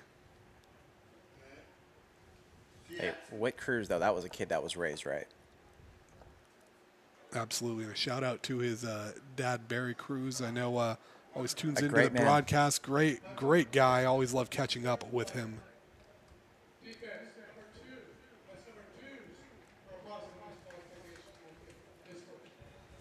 And Sportsmanlike is going to give the Beavers 15 free yards. So again, we talk about these extra chances. Beavers just got another one there. And I think if you're looking for continuity at the quarterback position, getting this second chance and Cruz maybe helping this offense find some wheels could be something you're looking for too as this game starts to wind down. This could be the perfect spot for him too, because he is someone that can really hit the big and explosive plays. Our Curry did a great job of utilizing every part of that game. Whit Cruz just has a super strong arm, and 6'6", what he can do, he's somebody that can really rally you late here in this ball game. Phillips in motion. Cruz looking for Torres. Torres finds it on a little screen. Ends up getting a couple yards, a little shove there late, and I think the Beavers wanted a flag, but not going to get one there. And moving the ball, Cruz did come in the, I believe it was the Fresno game due to an injury to Jet Harris, and came in, threw for 3 touchdowns in there. So we've seen the flashes from him, and I think maybe a low-pressure situation, too, is a good thing to maybe get a guy's confidence back after a rough week. He was part of that first senior class at 12 Bridges that went 10-0 in the regular season in 2023. He set the standard, and they haven't lost a regular season game since. Whit Cruz takes the snap, hands it off to Eastman. Eastman's got room right away. Splits 2 defenders. It's going to be wrapped up by number 40 on that play. Looked like MJ Uili, Modesto product, but nice poise there. And Chris, you mentioned that from Whit Cruz. Another fun tidbit about him, Western Sierra, a program that's been struggling to even keep a team on the field. Whit Cruz led them to their last win on the field as a freshman. What do we say? The kid's just a winner, plain and simple, on and off the field. Low snap, Cruz takes it. He's going to go deep. He's looking for Torres, and he's going to be tackled, and I don't know how you don't throw a flag right there. Tackled there. Is that only because you're saying that it wasn't catchable that late? But he still took him down. I'm shocked that there's not a flag. But we see another flag here in the backfield, though. And feels like this one's been called pretty fairly all game, but that one is just a head scratcher. I don't know how you don't throw a flag when you're tackling someone when the ball's in the air. I mean, it was over his head a little bit, but who's to say he wasn't going to get to that? Exactly right. You could make a claim that at that point the ball was already hitting the ground and he wasn't going to get it, but contact is contact there. Unfortunately, you get flagged for your own penalty, and now it sets the offense back. But I do love the ability that they went deep. Now, the American River fans, we can hear on the mic, letting them hear it a little bit, and I think it's rightfully so. But then again, no use crying over spilled milk. You still have first down, time to work. Cruz sets up the offense. And I'll gladly say I do not want to be a ref. I appreciate what these guys do every single week. Absolutely. Eastman takes this one, finds a little running room. So Eastman, a player we're kind of seeing a little bit, and Beavers got to be careful there. I'm finishing the blocks. We've already seen a few penalties here in this game, so got to reel it in and don't want any ejections here, especially going into conference play on the horizon. But Eastman finding a way to kind of get this running game moving a little more here in this second half. Product out of El Cerrito, section champion, league champion, and I think he's earning himself more playing time with what he's shown in this fourth quarter. Cruz in the shotgun. Looking back, screen pass, finds Eastman. Eastman's got room to run and just met up once again. Reyes Diaz, nice hit there from him. And Reyes Diaz at 6'1", 220. That is a sturdy linebacker to be hitting you, and really a lot of height and size on this Modesto defense. You've got to like, though, you went from 1st and 20 as an offense there after a tough penalty call to getting to 3rd and 8 and moving these chains just a little bit. Now you're making it a lot more manageable to move down the field here. Cruz giving his commands to his receivers. He's setting things up. Looks like him and Phillips are discussing something there. We'll see if that is where this play is going. So he's going to take this one. Looks towards Phillips, but finds Torres instead, and that one doesn't have a chance to go much further. Number 26, Devion King out of Lincoln at Stockton with the coverage on that, and the Beavers are going to go for this, and why not at this point? Time is not on your side anyway. Maybe you hit a big play here and make this game get interesting, but this is pretty much everything comes down to this last play if you want to have any chance of coming back. We'll see what AR does with this. Eastman back in at running back. We saw him get the ball on the screen. We'll see if maybe there's something for him again there. Cruz puts Phillips in motion. Looking to throw. Pressure around the pocket. Collapses, and Cruz had Anderson in the hands, but just a little bit behind him. It looked like an Anderson can't haul it in, and that's one I think both of them are going to want back. Yeah, that was a nice job there, evading that pressure, stepping in the pocket, and getting what looked like a first down pass. Unfortunately, not caught. Turnover on downs, 5:36 left, and you're down 21 points. But Anderson can't hang his head too much. He made a few really nice plays in this ball game.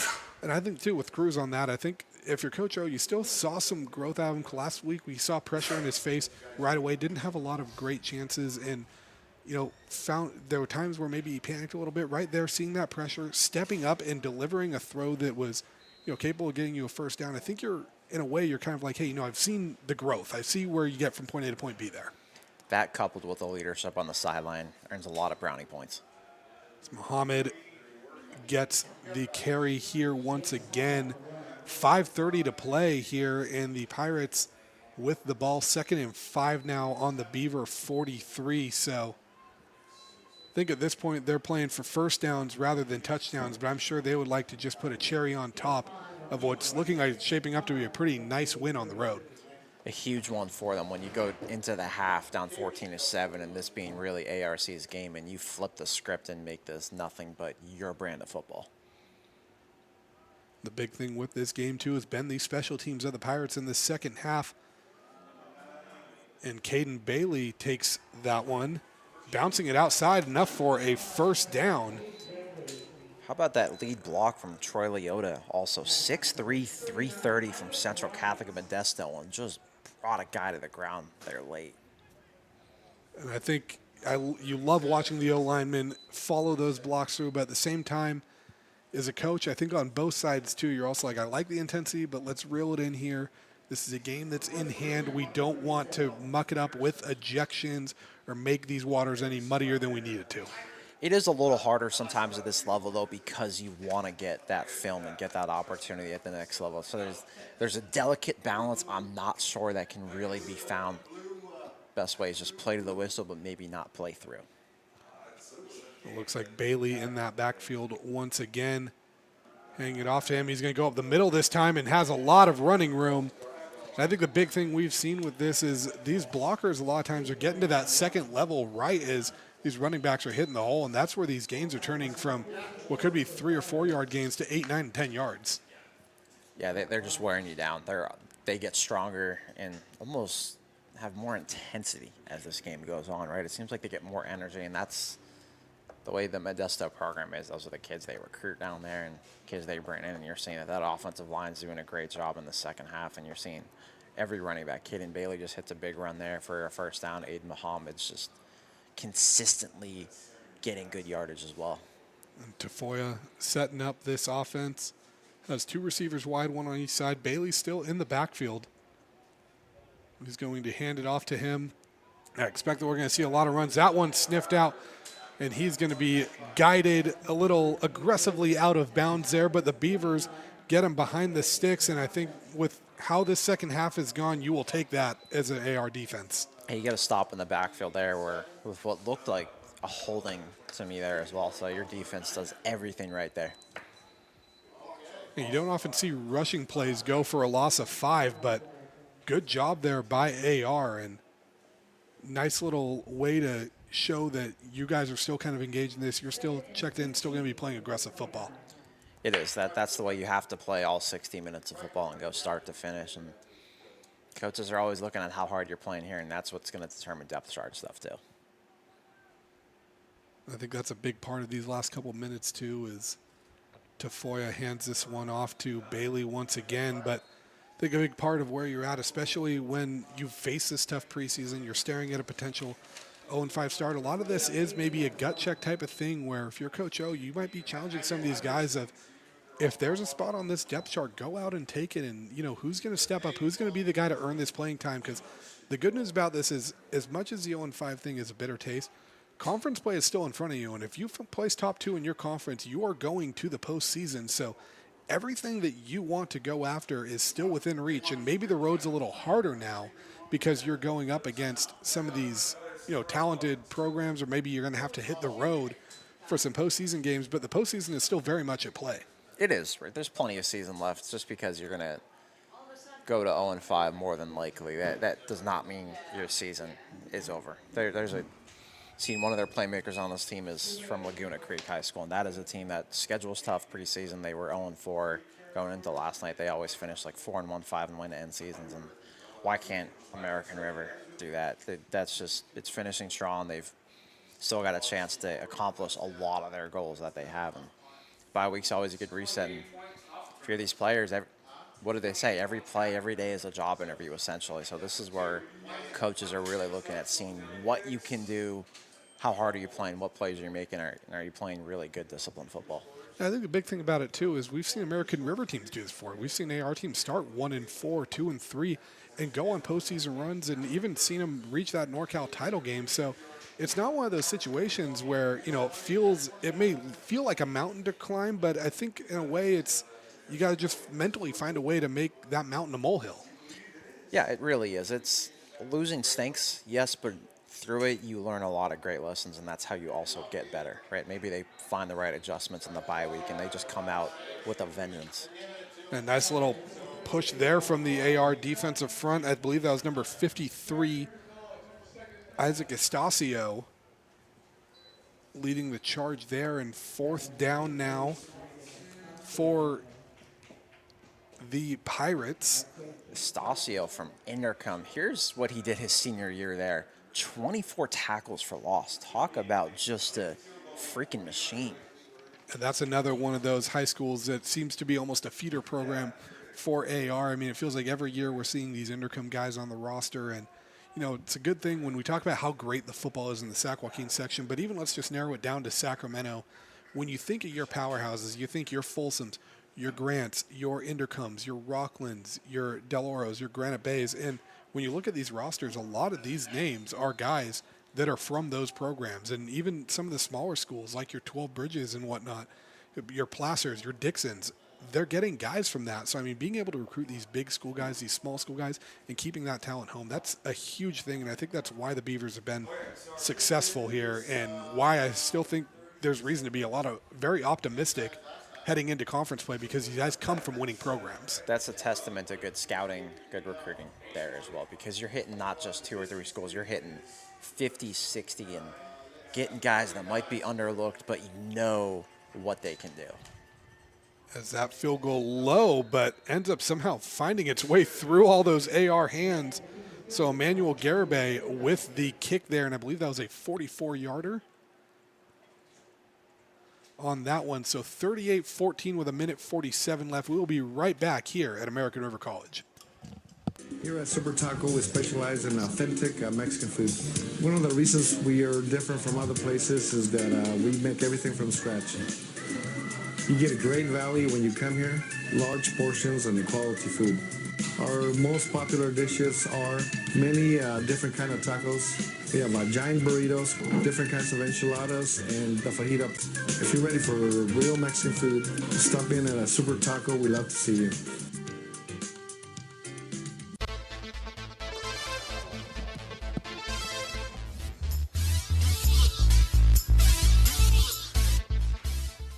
Welcome back to the Stones Broadcast Network. I am the Imitation Phantom, Jordan Georgeson, here with Chris Jackson. Chris, thank you for joining us for this game. Modesto leads this one 38-14 in the fourth quarter, 1:47 to play. It's Garibay off the heels of a 44-yard field goal is going to kick this away. And it will be fielded by, looks like number 83, new name back there, Tamil Horton. Horton with some room kind of falls forward, and it looks like he's going to be around the 27-yard line. And we'll see who the Beavers trot out quarterback. Last drive, it was Whit Cruz. And we have another late flag here. We've seen some chippiness in this game, Chris, and if you're the coaches for both sides, what are you telling your guys as I think both teams are looking to get out here without any ejections or suspensions? Yeah, don't cost yourself and don't cost your team. That's the biggest thing. There's nothing wrong with playing with an edge, but don't cross that extra line and don't make a mistake that costs you a game and costs your team. And it looks like the Beavers are going to get a free 15 yards here. And the important thing, too, is we talked about wanting to put everything on film, and that's why you're finishing these blocks, while you're still kind of playing a little longer in these lopsided games that, you don't necessarily see at other levels. But on the flip side of that, everything is on film here, too. So a lot of these Division I potential coaches and scouts and everything, they're seeing this stuff, too. And this could be the type of thing that costs you getting a Division I scholarship if they feel like maybe you're having costly penalties. They watch everything. Looks like another new quarterback here for AR. I believe that's number 10, which would be it's number 15, Julian Vasquez from Folsom. And Vasquez, this is his first action at quarterback for the Beavers this year. 5'11", 180. How many quarterbacks have come out of Folsom? And I mean, the crazy thing about it, too, is when you look at Folsom's lineage at quarterback, a lot of times these are guys that were backups in high school, and they're still finding ways to play at the next level. That's the way they are. Kids want to play for Folsom. They want to play for Paul Doherty, who's a quarterback guru. And I remember watching Vasquez in practice, and he was pretty impressive there, too. One thing these Doherty QBs are going to have is they're always going to have the IQ as Vasquez faces pressure right away. He does a good job evading it, tucks it, and runs. And Julian Vasquez showing off the legs, young man. That shows like a couple other Folsom quarterbacks we have come to know over the years. Let me give a shout-out to 35 there, Titus Leota from Modesto. You're thinking at that point we've seen some chippiness the last few minutes. Does he give an extra shove? No, grabs the jersey, holds him up, and doesn't cost himself or his team there. So a good display of sportsmanship there as the clock winds down below a minute. Definitely. If you're the Beavers, too, I think, Vasquez getting him some minutes here and maybe even trying to see if you can get in a situation where maybe you can put some points up on the board before the end of this game. 54 seconds left. You're now in plus territory, so still a chance to end this game on a high note and go into that bye week with something to build on. They showed some great film in that first half. Build on that. And Vasquez goes deep to Horton, and Horton getting mauled on that play, but no flag once again. I think he was trying to get it. And Vasquez put up a good ball there for Horton, and they're going to get another flag here, and that's going to be someone from the Beaver sideline looks like said something there.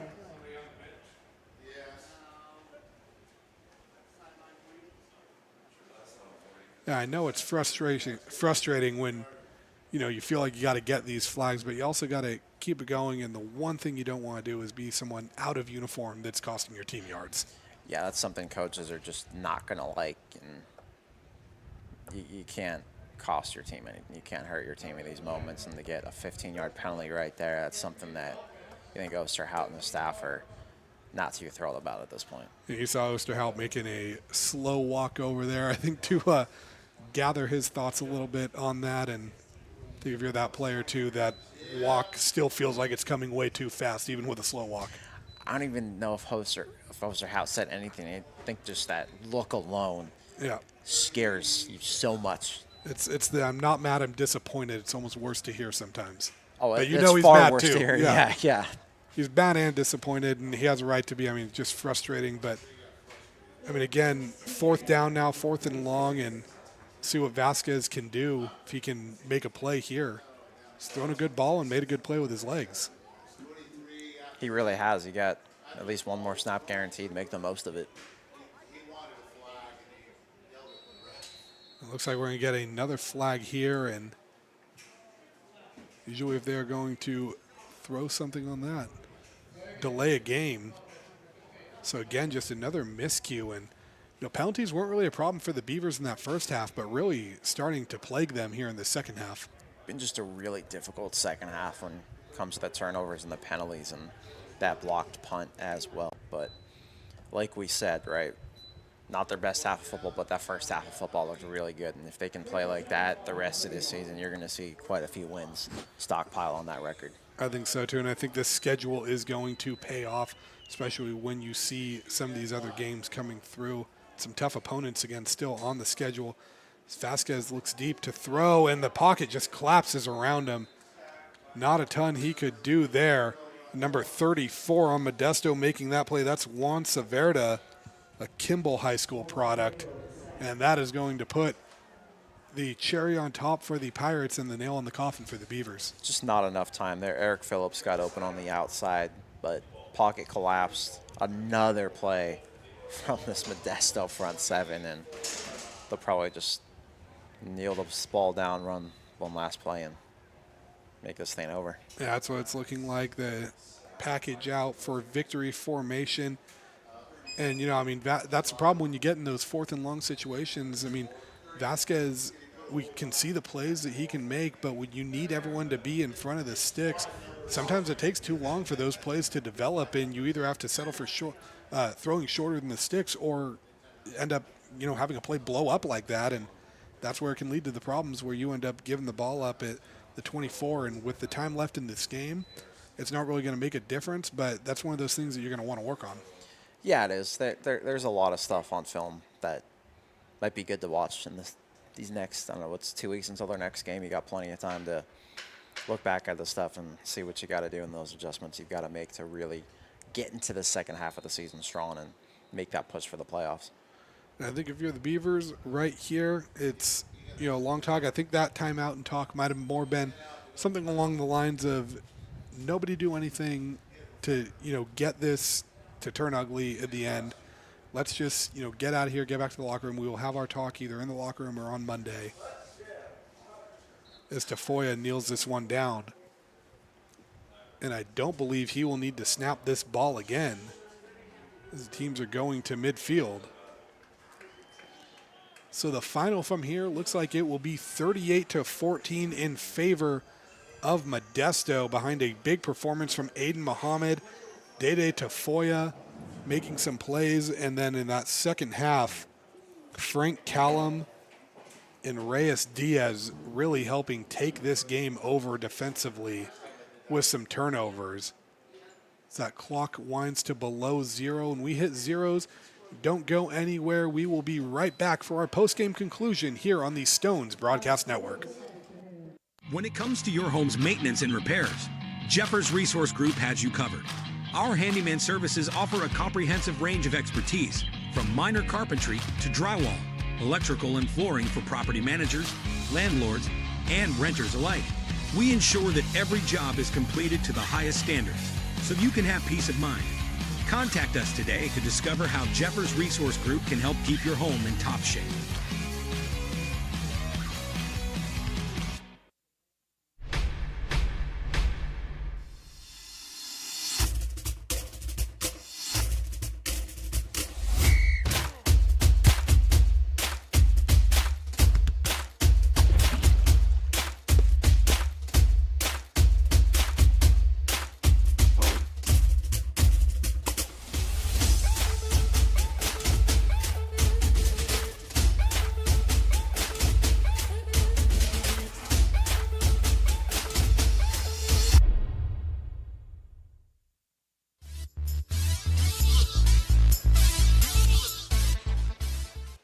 Back on the campus of American River College for the conclusion of this one. Modesto defeats American River 38-14. Beavers drop to 0-5. And Chris, I know when you hear that, it sounds like panic, but also at the same time, it feels like it's not time to hit that panic button yet still. What do you say to this team if you are Coach O, and how do you what's your mindset going into this bye week? You're looking at big picture at this point. We're halfway through this season just about. Yes, you're 0-5, but who you faced plays a large role in outcomes, everything else. You're playing the schedule, and you played 5 teams inside the top 20 in the state, including the number 1 team. 2 of those teams in the top 5, I should say, as well. Big picture, a lot to learn. Found some stuff you like. You found some stuff you really like in this first half, too. Now, how do you approach this bye week, and how do you go into conference play? Because you still got so many goals that you list off before the season that you can accomplish, or you can still make a push for the postseason and everything else. That's your message. Take a few days, regroup, do some self-scout, self-reflection, and then come back and finish this year strong. And I mean, one of the big things that the Beavers have been looking for this season has been some continuity at the quarterback position. I think they've now played 5 or 6 different guys through 5 games, which is not necessarily what you want, especially as you're heading into conference play. But Frank Curry felt like he did what was asked from him in this game. I mean, 7 of 8 in that first half, 45 yards. A couple things got away from him in the second half. A couple of times it was a tip of the cap to the defense. A couple of times maybe a wrong read. But when you're mixing in a new quarterback, that's sometimes to be expected. But what do you feel like he brought to this offense today and maybe helped them find some legs that, even though they didn't show on the scoreboard, felt like was something we hadn't seen from this team in a while? Yeah, you look at the interception total in those post-game stats and be like, it doesn't look like he made great decisions. If you watch this ball game, though, he made a lot of great decisions. And option plays, everything else, hitting those outside passes, the right plays to make, keeping the ball and extending plays with his feet. I would say he played still a really good ball game. And I know Aiden Muhammad made things difficult on that defense for the Beavers today. But again, even then, kind of some signs of life from that defense. You force that turnover in the second half. You force the goal line turnover right there. I mean, it felt like a game that was tighter than what it showed on the scoreboard. But, I mean, with this talk with the Beavers right now, is this a long talk of like a soul searching? Is this a lashing? Or is this just kind of a, hey, you know, what's going to define the season? Who are we going to be moving forward? I would say it's the last one, right? Who are you going to be going forward? And then just ask your guys, let's do some soul searching. Let's self-reflect. Let's self-scout. And let's hold each other accountable. And let's, most importantly, hold ourselves accountable individually, right? If you can do that, I think you're going to like what you see these results are going to be like in October and November. And I know the story of this game was the special teams, especially in that third quarter. Modesto, American River used their special teams to get some big plays, but then Modesto, that block punt that resulted in the touchdown, then the pick six right after. Defensive special teams just kind of turned this game on its head. But next time Beavers are out here, it's going to be October 11th. They're hitting the road to play Shasta at Open Conference play, and then they have Butte at home. What do you expect from this team with that Shasta game, even though it's 2 weeks away? And are we going to be seeing a team that is in the win column next time we see them back here? You'd like to think that you'll see them back in the win column. Just that first half alone, they played a better game than Modesto. Yes, Modesto outgained them, but ARC made those bigger plays. They hit plays on special teams. They hit plays defensively, got stops, and they hit some plays in the pass game. Right? Got some good runs. Quarterback ran the ball as well. Hit Luis Torres. A lot to like there. I think a lot that you can still build off, and also the way your team finished in this ball game where, yes, you lost by 24, but coaches always preach let's play 4 quarters of football, and that they did. They still played with intensity there at the end and didn't let their foot off the gas. And last thing for me, Chris, thank you for joining me today here in the booth, kind of filling in as we have our little motley crew of a broadcast team today. But, Chris, where can people that want to hear more find you, or where, if they were just disgusted by this, can they block you? Twitter at West Coast Preps _ if you want to follow the Sacramento account. It's WCP Sacramento. And then westcoastpreps.com, monthly subscription. You can get 7 days free with WCP, the number 7 in days, or yearly subscription to WCP 30 days. But we'll be covering all things high school sports, and we'll have some stories coming soon on junior college football and some of our guys that we've covered from the Bay Area to Sacramento making a name for themselves at that junior college level. All right. Thank you so much, everyone, for tuning in. I've been Jordan Georgeson with Chris Jackson to American River Football on the Stones Broadcast Networks. We will see you next time.